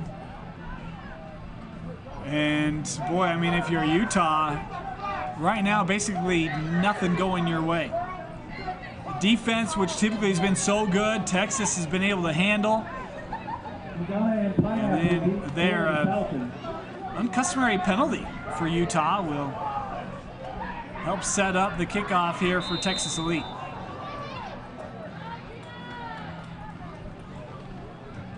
If you want any chance at winning this game, if you're the Falcons, you got to score on this drive. You got to take some kind of momentum away from Texas. When Iono, boy, I mean, did you see the speed? That's a great block. That was a great block. But how about the speed of LaGloria Johnson? I mean, I know Iono takes that off the hop a couple times, but man, she picks that up, and Johnson's right there. If it's not for that block, Utah's inside the 10. Texas doesn't, create, a bunch of products in football for a reason, Dane. I mean, that's, Texas for you. They're really showing it right now. So Utah, boy, great coverage despite the big block there. They got a nice ovation, but Utah going to have their worst field position of the ball game back at the 13-yard line to start this drive, trailing here by 2 possessions. And gosh, I'm trying to think. I mean, I'm no historian of Utah Falcons football. Is this the most points they've given up on the home field? Probably the biggest deficit they've faced on the home field? I think it's so. not points. We did a game last year with San Diego, right? Yeah, and they scored a bunch Diego. late, so it was not the most points, but certainly probably the biggest deficit. I would definitely say deficit because they were trailing and they came back on. Intercepted. Jewel Grimsley, a pick 6 for Texas. 6 more on the board. The defense cashes in. Touchdown, Texas. We'll have another look at it. Just a perfect read right there. Reading the eyes of the quarterback. Jumps the route, and then nothing but green grass heading into the end zone. You talk about the perfect read, and that's really been one of the few routes Utah's thrown today. And so you got an idea when that ball's going in the air, watch those slants, and great job by Grimsley, able to step in front of it. And this is all Texas here in the third. I mean, what do you do if you're the Falcons right now? I mean, are you still trying to salvage the game, or are you just trying to not get embarrassed on your home field? It's one of those things where I think this becomes a practice against a really good squad. Is the point after try up and good, 35-12 now. But I mean, we talked about at halftime how this did not look like your typical Utah team, and you can think about what has been built here at Utah. And I know that Lane played quarterback some last year, but they also had a really experienced quarterback last year who's not here this year. Siscaros was a big contributor last year, not here this year. And so, this is kind of, I don't want to say changing the guards, but it's having players step up in bigger roles and kind of learn and take on those roles. And so this maybe becomes that opportunity to help them get a little more customary, because Utah has looked a little out of sorts today, really on both sides of the ball. We've seen some miscues on defense. The long touchdown was just a gaffe in the secondary. I mean, there have been some things that just have not looked like Utah Falcons football. I think this is your opportunity to work on some of those things. Yeah, and it's going to be a great thing for them after this game. I know if they come away losing, and I'm not counting them out right now. It's just not looking like it after the first 2 drives. But maybe you get into the film room and you say, okay, here's a lot of things that we need to work on, and you just got punched in the mouth by a really, really good football team. If nothing else, it'll serve for motivation for any potential meeting later on in the year. We want to underscore this Utah team while on the short end. I mean, they are like 51-2 over the last 6 years, so this is still a really good team. As that return put on by Gina Magana up to the 32 or 37-yard line. So now you're just trying to get up the field, even if it's just chipping away at it, getting 3-4 yards here and there, Dane, and just trying to get any points on the scoreboard at this point. But don't give Texas any reason, like as far as giving them the ball, turning the ball over. You can't be doing that. Another penalty on the play, and I think this was a lot of laundry today. Yeah, there has been. It'll be redone here. No, excuse me, they'll tack it on. So it'll be at the 42-yard line. It'll be where Utah will start this drive. 9:17 left here in quarter number 3. You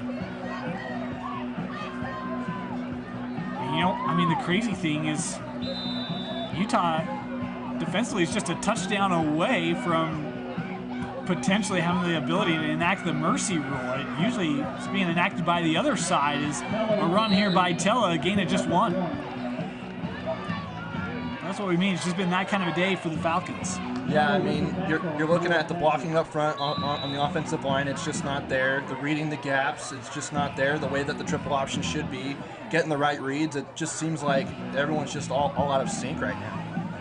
And you would think 4 games in that you would have this thing buttoned down. Second down. Here is Lane. Now the pitch. Cox across midfield, pushed out of bounds at the 43-yard line. That's how the option is supposed to look. Go to your workhorse. I mean, a lot of that was off of the block, coming right around the edge. See it right there? She has it, and then had she not, pitched that, or had there not been a blocker on that pitch right there, she would have been tackled in the backfield. So it's all about the blocking too. Well, one of the things you got to be careful of is you had Gore who was really pushing up. Gore's had a fantastic game today. You see that arm go out there trying to disrupt that pitch. Remember, there was a fumble earlier and it trickled out of bounds. Utah kept it. But Texas is trying to play to that option. Here's Tella up the middle. Tella inside the 20 and brought down by Elizabeth Landry. Go to your workhorses, Tina Tella, Keisha Cox. You gotta go to them. Just give them the rock right now. That's a nice run by Tella, and we talk about how big DeGraff and Reed has been for the Texas offense, and Tina Tella has that same capability for Utah. And see right there, it was just really good blocking as well. Just finding that, you just got to find that one open gap, and then you got to be able to attack it and see how much you can get upfield. First down for Utah again in the red zone as they go on the dive again, and a short gain this time. I think that was Minix on the carry. A gain of 4 yards for Utah. I wonder if you even want to go to the air a little bit here. I know that that's not in the Falcons, offense scheme, but you might want to maybe throw Texas off balance a little bit. They stay on the ground. The pitch, there it is. That ball is loose, and boy, fortunate. Pineapple doing a great job recovering. The back landed right on it. That was Iono. Whew. And that was Gore too. Yep. That was trying to pick it up. I mean, just plain and simple, you gain all the momentum from those chunk plays, and then a close fumble, almost losing the fumble, just right there could suck the air right out of your energy. You and I talked about a little bit at halftime. The perimeter speed of this Texas defense is incredible.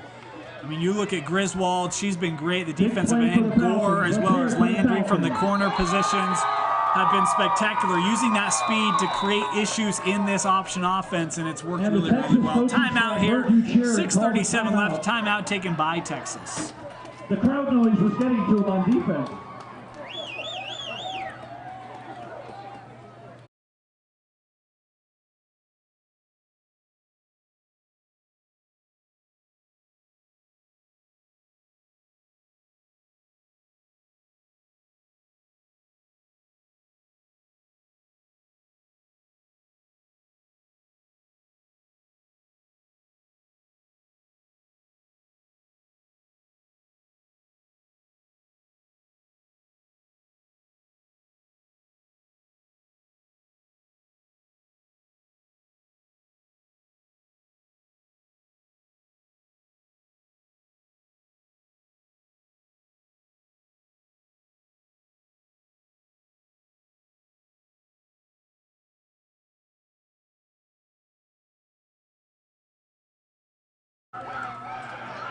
On third down, how about a little trickeration? That ball caught, touchdown, Utah!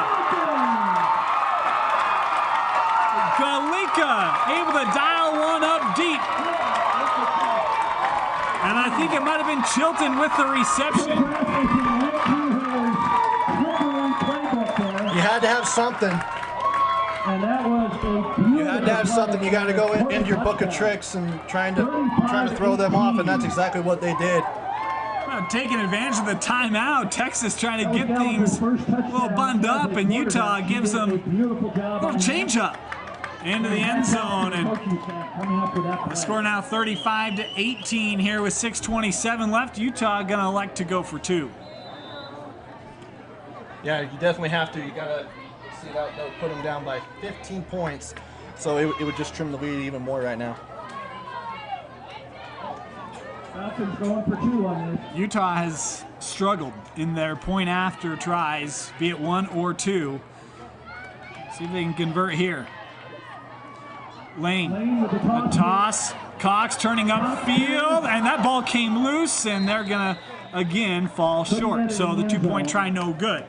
35-18 our score here, 6:27 left. I'm guessing practice for the Falcons next is going to be drills on how to hold on to the football.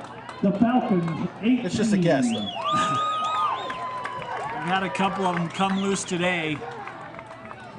That one not beneficial, as most of them have not been. Of course, we'll take one more opportunity here to remind you, if you're a travel or a train fan, this year, hey, 150th anniversary of the Golden Spike, and the Union Station Foundation has a special offer, a limited edition coffee table book telling the beautifully illustrated story of the building of the railroad. You can purchase the book at theunionstationfoundation.org and receive a chance to win a $100,000 or not a Spitfire convertible. Again, that website, theunionstationfoundation.org, and our thanks to them for sponsoring Utah Falcons football.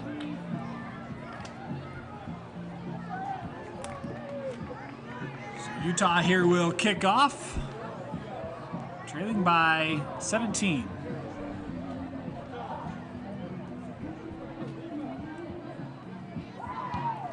Erickson with the This one, boy, that deflected, and it's just going to go out of play. So Texas, fortunately, will keep that ball, as Utah had a gunner and was nearly able to get on that. We'll go to work on their own 45-yard line. So it'll be spotted at the 45-yard line for Texas to start.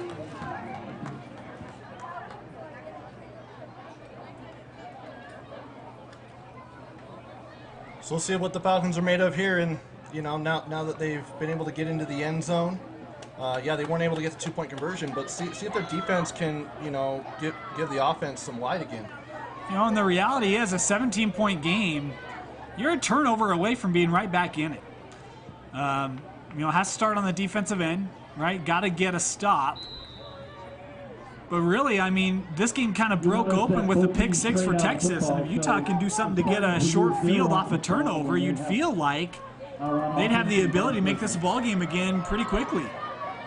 And it all starts on the very next play. As silly as it sounds, just take it a play at a time.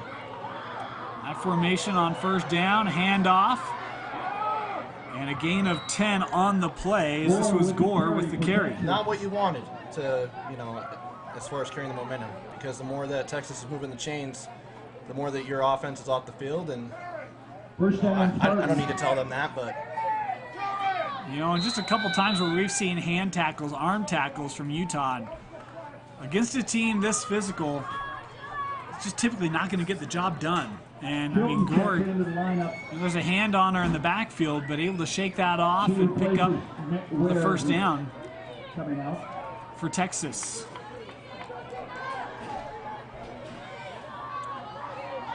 At the 45-yard line now. Again, I formation. They stay on the ground. Gore again. And Gore able to pick up about 3 yards on the play. Maybe they're going to start chewing the clock a little bit to try and just get out of here with a win and not give the Falcons any kind of momentum. If nothing else, I mean, the performance today by Texas, I know everyone thinks at the beginning of the year they've got a shot to win a championship, but really this you would feel like would give you a lot of confidence in your group to come here to Salt Lake and to have the showing they've had today. And it wouldn't shock me if it was like, DeGraffenreid has ran for about 200 yards. Only 80 of them are counting right now because of penalty, but no need to get any needless injuries. This option, the pitch back, was recover, and then impressively able to get back to the line of scrimmage. That toss was caused by pressure from the interior defensive line of the Falcons. Too bad that none of the Falcons defenders was in the backfield until after Gore was able to pick up the ball. And, you know, some days that ball just falls to you, and some days it doesn't. And some of those loose balls have fallen to Texas, and very few of them have gone to Utah, particularly on the defensive side. Well, they haven't even been able to get any pressure on the quarterback. Yeah. And that's been one of their problems. 3rd and 8. They're normally pretty good at getting pressure. I think it just speaks to very few teams have been able to match or level up the physicality of Utah, and we've seen that today from Texas. We've mentioned it. 3:53 on a running clock in the 3rd. 3rd and 8.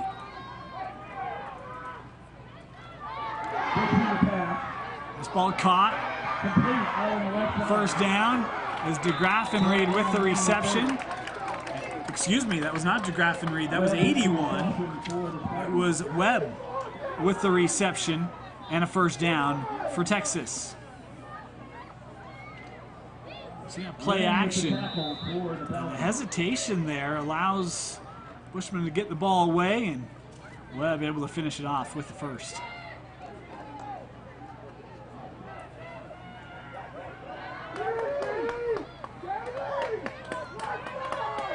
My goal right now is to stop Texas before you get into the 4th quarter, and maybe even start your own drive of your own and start trucking down the field.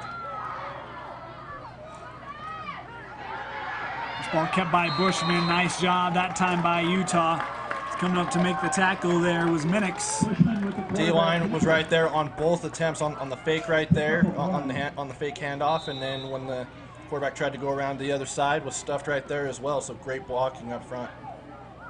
Everyone involved with Utah Falcons would like to thank Utah Governor's Office of Economic Development for their Bringing up a second down. Utah Falcons athletes. Utah Governor's Office of Economic Development has been so hard, pushing so hard for women's athletics and excellence. DeGraff and Reed going to be the back here on 2nd and 10. The Utah Governor's Office of Economic Development. How about double play action? Little stop and go top of the screen, coming over the middle, and that one incomplete. Boy, Webb was there, but they also had Landry on the back side, and Webb got a paw out there and maybe took away a reception. Never going to fault a player for reaching out there to try to make the catch, but this one might have been able to make its way to Landry. You see Landry running the route right on top of Webb there.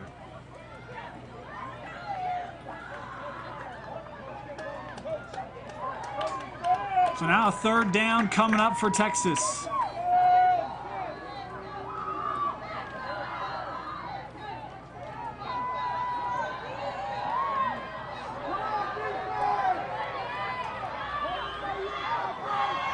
They're definitely chewing the clock right now. Option again. There's the pitch to Graff and Reed. Couple Falcons there, and going to get back to the line, and that's it. Great stop by the Falcon D. I mean, really, if anything, Dane, if you can't take her down by yourself, you need to have another teammate, so be it. And that's exactly what happened there. That's a great example of how to play the option on the defensive side. Force the pitch early, limit the ability of the pitchman to get upfield, and then wait for help from your defense. And Utah does a great job there. Brings up a 4th down and 11. They actually lost a yard. That's maybe the first time DeGraff and Reed has been stopped for a loss on the day, as our clock now down inside of 45 seconds left in the 3rd. Texas lining up to go for it here. Got to get to the 21. And they're short a player, and a timeout going to have to be taken here by Texas Elite. To talk about it. We'd also like to thank Union Tavern Bar and Grill. They're the Falcons' 5th quarter sponsor.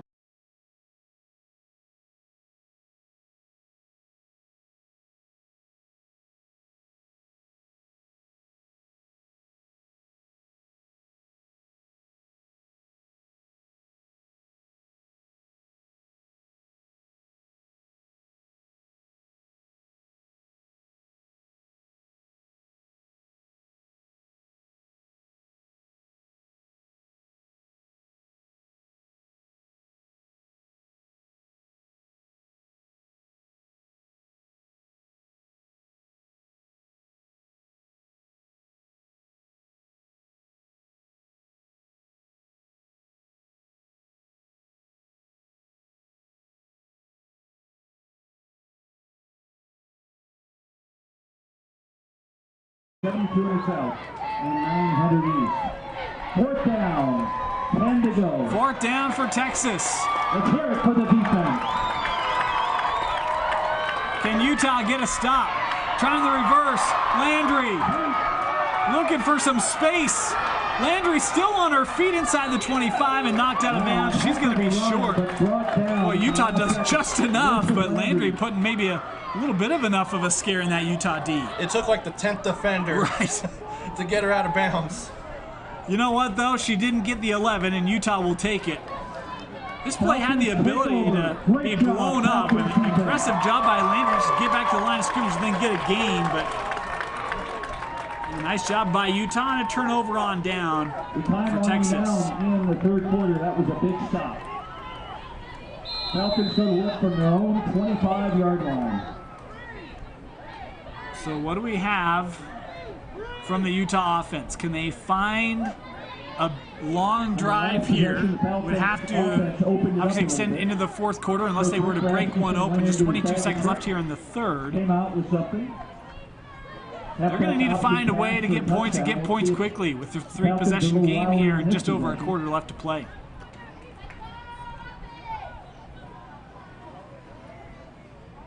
I'll try and go a deep ball right here to maybe set the tone for the fourth quarter. But again, that's why I'm up here and not down there. We'll see what Coach Rasmussen thinks here. First down. He's going to stay on the ground. Here's Iono, up to about the 29-yard line.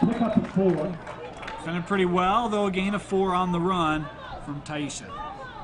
From Tasha, my apologies. And with that, the third quarter has come to a close. Texas builds their lead in the third. It's 35-18. We switch ends. The fourth quarter coming up next here from Salt Lake City. What time is it? It's peanut butter.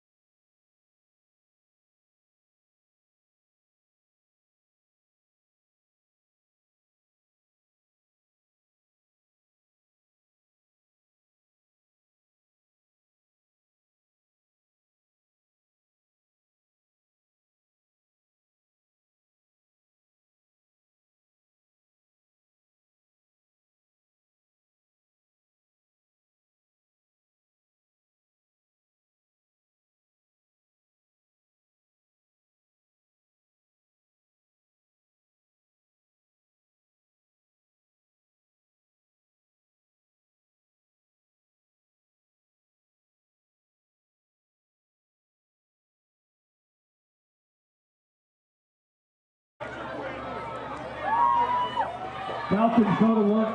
Start of the fourth quarter. 35-18, the lead for Texas. And that one, again, miscommunication. Teller wasn't able to get out into the flat, and it's incomplete. It seemed like there was a couple of those, especially in the first half. I mean, again, it's part about learning and growing, especially with a new quarterback. And I'm not quite certain if Lane was expecting Tella to roll that vertically, or Tella was thinking it was going to be more of a screen. Either way, it's probably both. Yeah, it might have been. Third down and 5. Nowhere to go, and that time the mesh point was too meshed. Two players in the same space just could never get rid of it. Basically, Lane was blocking for Texas. If you think about it, she's right there in the way, and it looks like we have a Falcon on the down, Falcon down. Excuse me. Yeah, Tina Tell a little slow to get up. That one's tough. She's a very valuable player. Wow, she's gonna tough it out. Stretching her hamstring. She'll stay in the game. 4th and 6, decision time. So fourth down here for Utah, and maybe the ball game. 14 minutes left. And any chance that the Falcons have, you would think, would have to end in points on this drive. 4th and 6. Let's hear it for the Falcons. Here's Lane under center. Option. The pitch. Cox. Can she get the edge? Nope. Brought down inside the 30. Couldn't tell if there was maybe a face mask there, but I don't see any flag. And Utah's turned it over on downs. Well, that's not really how you wanted to go into the fourth quarter, Dane. I mean, you were able to get a stop on fourth down at the end of the third quarter and just couldn't make anything of it. We have talked about Griswold all game, the defensive end, number 6. She got the great penetration to start the play, and then she didn't give up. She was able to track that down. She ends up making the tackle. Olivia Griswold has been really good today for this Texas defense, who now takes over. Inside Utah territory, run right up the middle. Going to be a gain of about 7 yards on the carry here for Texas.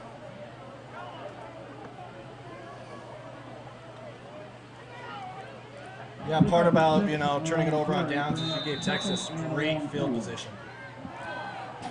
And they could really make them pay and really put this game away with a touchdown here. So second and about 4 here for the Elite, who are sending notice to the WNFC today. 35-18 the lead. Trying to expand that is a nice job by that defensive front of Utah, not allowing Gore to get through the line of scrimmage. No gain on the run.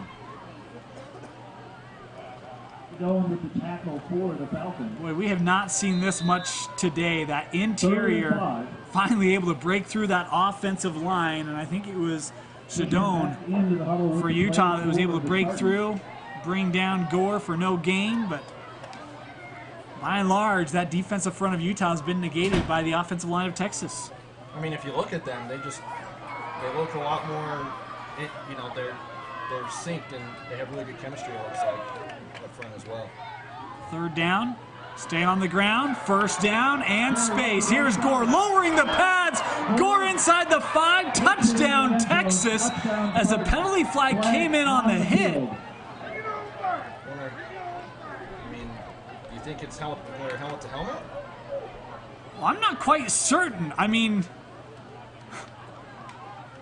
I didn't see anything on that. It was thrown in that direction. That's the only thing I could think of off that broken tackle. It is certainly thrown on the contact. As we have another look here, see if we can figure it out. By the way, that was a great block right there. Yeah, set up the hole and coming in. Boy, that's just some physical football right there. What a hit by Gore. Taking the hit. That's lowering the pads and overrunning. The touchdown will stand.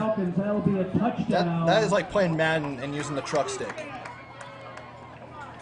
And that's just not very rare for Utah to be on the receiving end of that kind of hit. That's just not something you've seen in the 6 years of Utah Falcons football.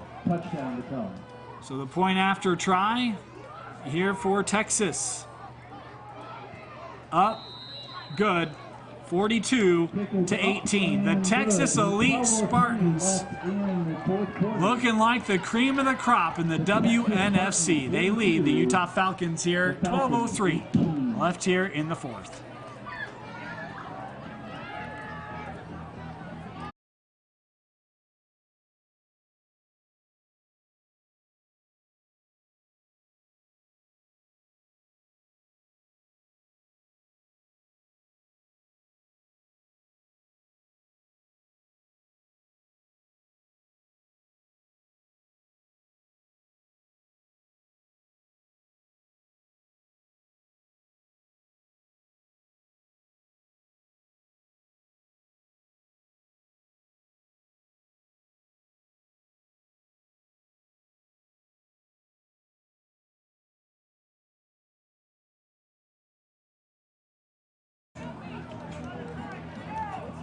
So the call was a hit to the helmet. It was called on Utah. When we looked at that replay, Trevor, it looked like it was helmet of the Falcon to the pad of the Texas Elite, but I'm sure Texas won't have a problem with kicking off here from the 50. No, not at all. I mean, it was really hard for us to see how that could have been helmet to helmet on Utah because it looked like pad to helmet. For the Falcons. So this kickoff, Iono from inside her own 10, again had to pick it up off the bounce. Maybe has a, now that closed down real fast. I was gonna say maybe had a lane on the near side, but no one completed the seal, and Utah stuck inside the 15. And then Texas has 2 players right there to meet her. Yeah. On the sideline. Well, and it was one of those where it looked like LaGloria Johnson could have been picked up, and if she had been, then you maybe had the seal going, but she was able to squeeze through untouched, and another Texas special teamer there as well.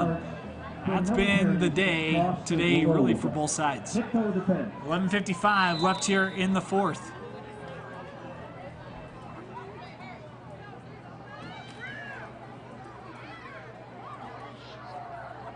Just underway here in the fourth quarter. It's going to take. And it will be Luis Bean now under center for Utah. Bring in the veteran. Not much here on first down. Gain of maybe a yard. Pickup of 1. Second down and 9. There's a gain of 1 for the Utah offense.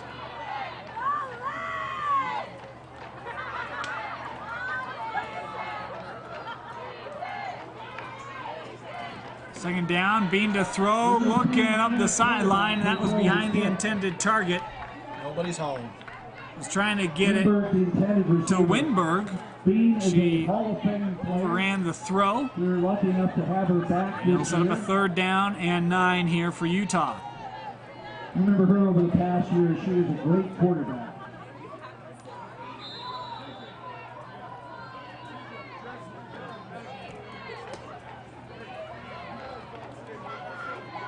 Third down, and Texas showing pressure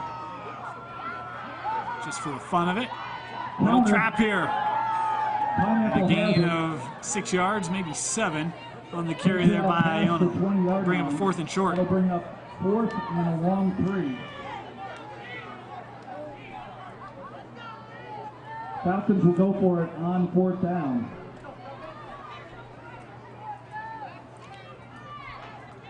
And Iono here lined up, looks to punt this ball away. Correction, they're going to punt on this. Iono a high kick, but not a lot of distance, and it even takes a Texas bounce backward. And boy, a punt that will net just about 9 yards for Utah. That was a smart heads-up play right They've just there. gone for it. Of course, you don't know that at the time you call for the punt, but as it is, the Spartans are going to go to work. Texas again going to be set up on the Utah side of the field. They'll take over on the Falcons' 26-yard line. 10 minutes and 13 seconds left. Just seems like it just isn't their day, Dane. You know, they had a glimpse of hope at the end of at the end of halftime. You know, and even with that, I don't know what it was like down on the field. Even being up here was kind of like, I don't really know if this is going to go Utah's way today. It just felt like Texas has been the better team from the start of this one. Well, having been down there in the first half, it seemed like, you know, the coaches were just still focusing on, working on their game plan and coaching players up, but they really looks like we might have another touchdown. How about Gore again? Gore cuts inside. Touchdown, Texas. 26 yards, 1 play. Touchdown, Texas Elite. I'll go back to my point here in a minute, but first I want to take a look at that touchdown. It was a thing of beauty as you go right here. Gore, just patient, coming around the edge. There's always been a blocker right there. Every single defender for the Falcons was met by a blocker, just flawless right there. You know, and you see the way that Gore is able to use those shoulders to pull and push Utah defenders just to create whatever lane she wanted. And boy, just a ton of space. And be interesting to see a box score and see how many yards Texas has ran for today. I mean, it's got to be 250, 300. It's been a lot. Are you talking about pre-flag or post-flag? I don't think it matters. Because I'm sure it's double without the flags, if you know the call stand. But you know, just back to my point earlier, you know, the coaches were, you know, talking to the players, trying to coach them up, but there were only 2 or 3 players who were motivating teammates down there. Other than that, it seemed like the life was just sucked right out of them. 49-18. Talk about notice to the league. It's been I sent. want to remind you, the Falcons' next home game will be next weekend, May 4th, with a start time of 4 p.m. against the Denver Bandits. 9:50 left. Of course, next week Utah will have another home game. Be right back here. They'll have to lick their wounds quickly. Denver coming to town. We'll have that game for you here as well. Next Saturday at Cottonwood High School here in Salt Lake City, Utah. Is this kick angled near side and shallow. Boy, that ball loose, still loose, and finally picked up and brought down immediately. Boy, Magana fortunate, able to eventually corral that one as Texas was nearly set up again. Yeah, now's probably the time to put in your backups, if there are any. I know in this league, everyone's playing both sides of the football for the most part, but maybe some of the newcomers on the team, get them some reps and against a really good team. I mean, if you look over on Texas's sideline, there's nearly not as many players who traveled. Well, I mean, you look at just a couple players out there, and I still see a number of starters, including Landry and Griswold, who've really shined today on the defensive side. We mentioned that Louise Bean took the last series. She'll come out for this series as well under center. First down for Utah. Motion here. Galika, that throw incomplete from Bean. Yeah, Bean's strengths are and you know, it's good to see her throw the ball, but she's really good on working that triple option, being able to find the right reads.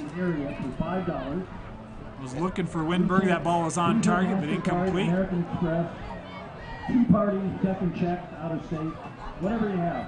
Second down here.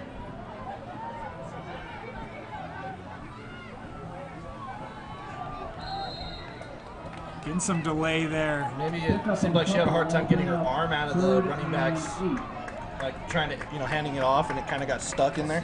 Well, and in fairness, now you have Jasmine Platt, number 33. It was lined up there. If you recall, Tella got hurt a little bit, dinged. Don't want to say hurt. She was able to get up, walk off, wanted to stay on the field, in fact. And so you've got backup quarterback and backup back right now. So not quite certain how often they're able to work together, but that certainly can alter the effectiveness of that mesh.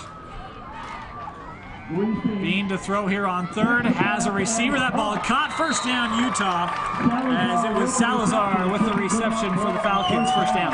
Now all they need to do is start getting into a rhythm a little bit. It's a good throw right between the coverage. Boy, that's a great read by Bean. You see that linebacker bite up. You know Salazar is going to fill right behind. And it's a good throw, great play for this Utah offense.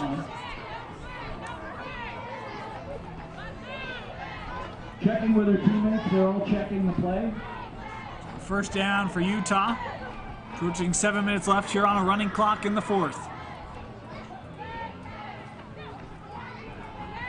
Bean to throw again. That one intercepted. Intercepted by Janice Mitchell. Mitchell down the far sideline. Will they get her? Inside the 10, brought down. But the second interception thrown today by the Utah offense will set up first and goal for Texas. Now as you look at that right there, throws it, picked off, and had space. I mean, if you look, there's 3 Texas players right there. Luckily, a Falcon was able to get in there, and it wasn't a great throw. Was trying to get it to Chilton, and looked like Chilton might have got an arm on the ball, but Texas was just able to secure that. And what, the third turnover? I'm trying to think. I think it's the third, maybe the fourth. They had one fumble that ended up going out of bounds, another one that they picked up. I think it's the third, because they had another pick 6 early in the third quarter. Yeah, and they had a fumble they lost. Yeah, a fumble that they lost. So yeah, third turnover. Backup QB here for Texas is Jessica Gerhardt. And a flag came in, likely roughing here, as the pass to the end zone was incomplete. There's also a flag in the end zone, so we might have multiple penalties here on Utah. The first is a roughing the passer penalty. We'll have to see that second one in the end zone, as we might get a look at both of them here. You see that ball away, and yeah, certainly brought down after that ball was away, so an easy call from the white hat. Question is whether this is PI in the end zone.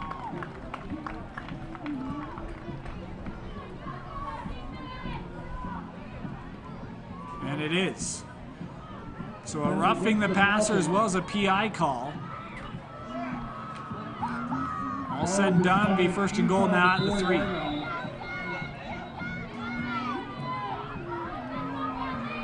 First and goal to go for the Spartans.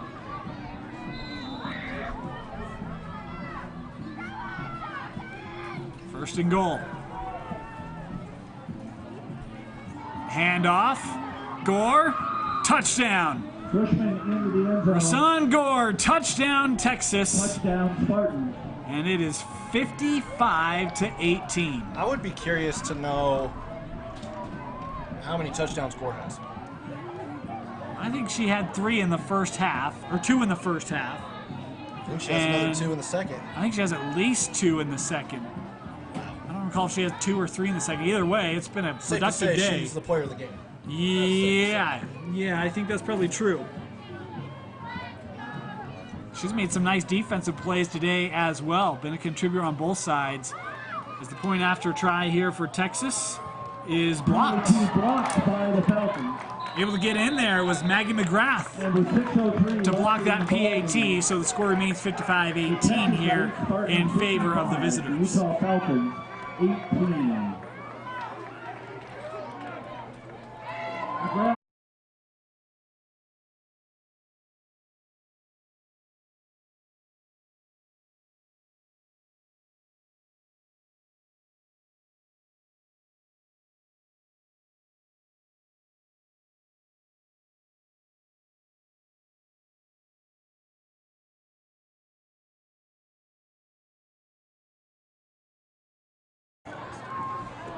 Hey, any of you who are big history buffs, you've got a must-have. 150th anniversary this year of the driving of the Golden Spike.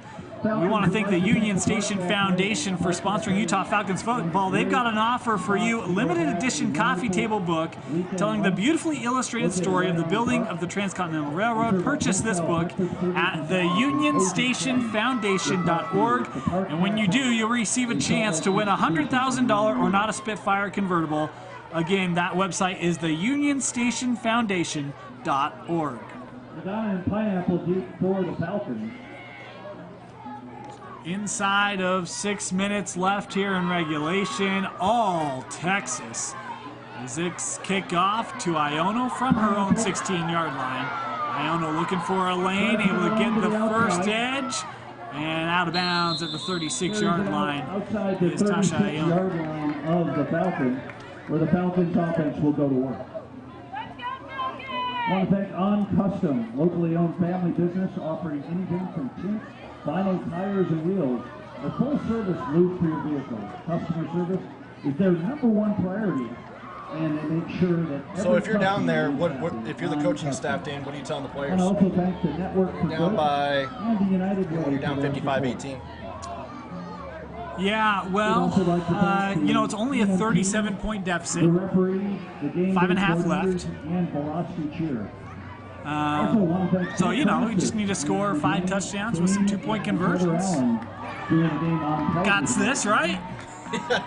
No, I think this is, hey, look, Texas, if they don't have the best defense in the league, I want to see who's better. Thank you so much. Just try to go out there and try to execute, right? Goodness gracious, they have been phenomenal. It has been locked down. I think there's finally been a team who's able to stop the triple option. Yeah. Which it's a hard feat to do. But if you end up having the right amount of talent, the right amount of, you know, like check out the size of those players down there. Well, and I think the speed is really underrated from this Texas, and especially the perimeter. I mean, Utah traditionally has been able to get the edge. And today, I don't know that Texas has ever surrendered the edge today. I think every big run has been up the middle from Utah. There has not been anything around the perimeter. Well, they haven't been able to get around the perimeter. Right. And if you're going to stop Utah, if you can stop that edge, that's a big advantage. And Texas has been able to do that today, really, for most of the ballgame. It's been impressive.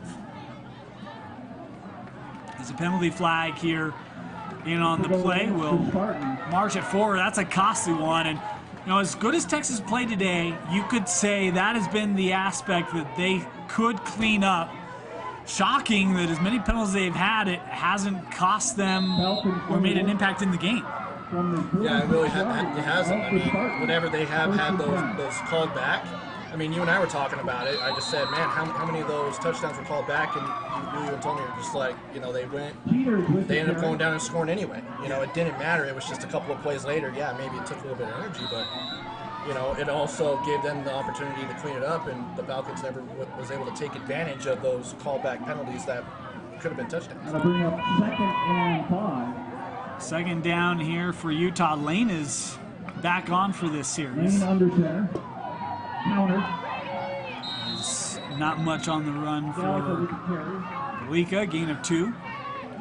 By any means, it's not the end of the road for the Falcons. I mean, obviously there is a chance to meet this team in the championship again. You know, as number 1, number 2 seeds, and it looks like it's kind of a 2-horse race in this league. You know, here's the other side of that coin, though. I mean, for years, Utah came in and dominated their league, and you know, they wanted some more competition. They wanted to be able to get better and to have goals, and you know, they've got that, right? Oh yeah. And you know, should also mention just how impressive this is by Texas. Texas beat them for the championship last year, so you would think Utah would come in this game circled, wanting to really give payback, and yet it's been Texas that has been able to answer that from Utah today. They only lost that championship game 22-15. Yeah. And that was in Vegas. Yeah. And you know, they're on their home field, and you know, it's a different result. But obviously, you were talking about it earlier, different talent too. You know, the Falcons lost some key players this offseason. Penalty here will give a first down, as it was a 4th down and 1. The offside will move the sticks here for the Falcons. Right now, Texas is just allowing them to move upfield just by penalties. Yeah, but, you know, it also allows their offense to rest a little bit. Yeah. Yeah. 3:37 left here in regulation. First down for Utah. Peters with the carry. Up the middle, and a gain of about 3 yards on the carry. See, I like that still. I mean, in a game like this, you still have Elizabeth Lane getting up the field, and you know, going in with a lot of physical players on that defensive line, and is okay taking the contact. It is interesting. We have not seen Tella, so for Utah fans, you hope that she's okay. I mean, you'd hope that it's just hey, you know, this game's precautionary, out of hand. right? We're going to hold you out for next week. Guess who? Griswold again. Off that end, boy, she has been so good today at that defensive end position. I mean, Dane, I'm baffled by how good this Texas defense is, and some of those players also play on the offensive side of the football. Like, it amazes me how they're just, how much energy they have, how their tired legs haven't hit them, and how in shape they are. 3rd and 12 play on the ground with Teeters, I believe. Teeters, excuse me. And a gain of 3 will make it 4th and 9 here for the Falcons.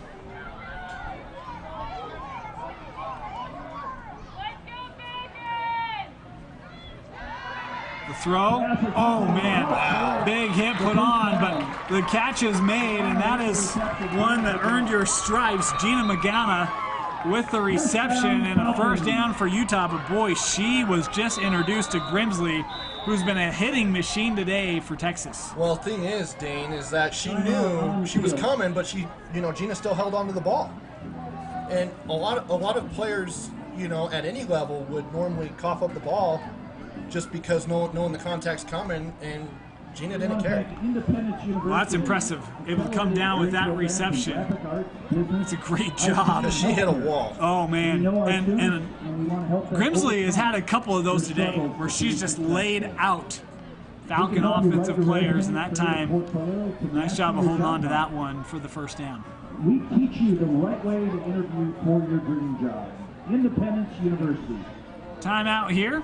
Again, we want to thank Network for Good and the United Way for all their support. Take it with them. Be back in just a moment. The first down play for the Falcons.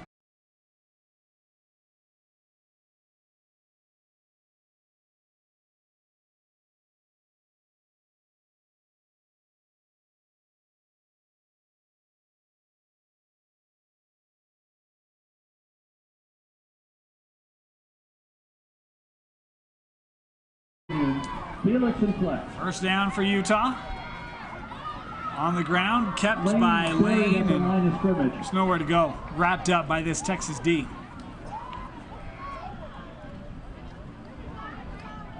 I'll tell you this, the name for Texas is appropriate, the Texas Elite. They have played elite football here today. And really turned it on second half. I mean, you know, we were talking about that they weren't playing their best. Well, we've seen their best in the second half. It was a 21-12 game at the break.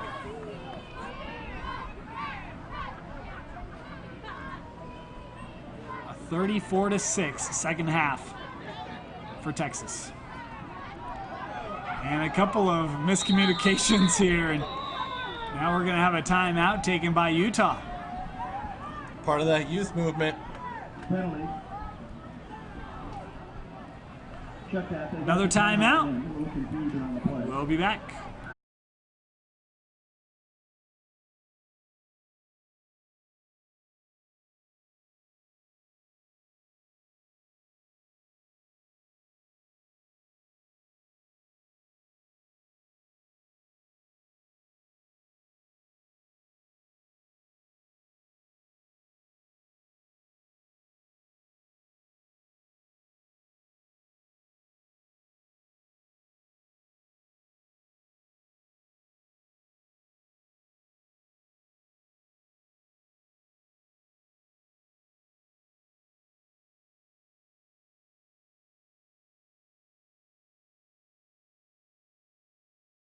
High school division. Proud to have We'll try this again. Second down after the timeout.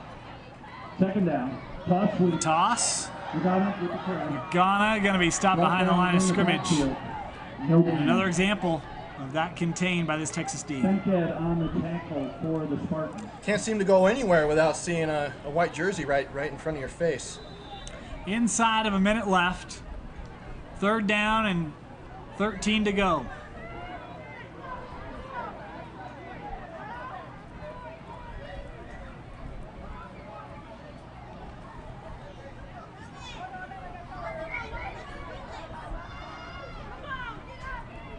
Third and 12. Looking to throw, and that one, boy, behind the intended target, out of the hands of a Texas defender. I think that was Bankhead on the coverage. Intended target was Jewel Erickson for Utah. Bring a fourth down. Probably get 2 more plays off here unless it's a run. Well, they'd have to get to the 11 to get a second one. 4th and 13. It's true. Clock running again. They might just chew it out, let it go. Oh, looks like the clock stopped again. Huh. They ran it a little bit and then stopped it. 17 and a half left. Lane to throw. And that one incomplete. There in coverage was Richardson as they were trying to connect with Magana. And Utah turns it over on downs. Just take a knee and call it a day. I wonder if the take a knee is in the playbook of Texas. I don't know. The dangerous thing here is, I mean, if they hand the ball off, it might go 70 yards. Yeah, and then you're just, running up the scoreboard. Yeah, that's not good for anybody. No, that's not. That all you're asking for is problems. Tell you what, though, Texas is going to be a force to be reckoned with in this league. I want to remind you that we've got a game coming up next week right here at 4 p.m. Take note, it's a special start time, 4 p.m. against the Denver Bandits. You can buy tickets from your favorite athlete or via Venmo. So one play away here, 9 seconds left on the clock. Like Christie.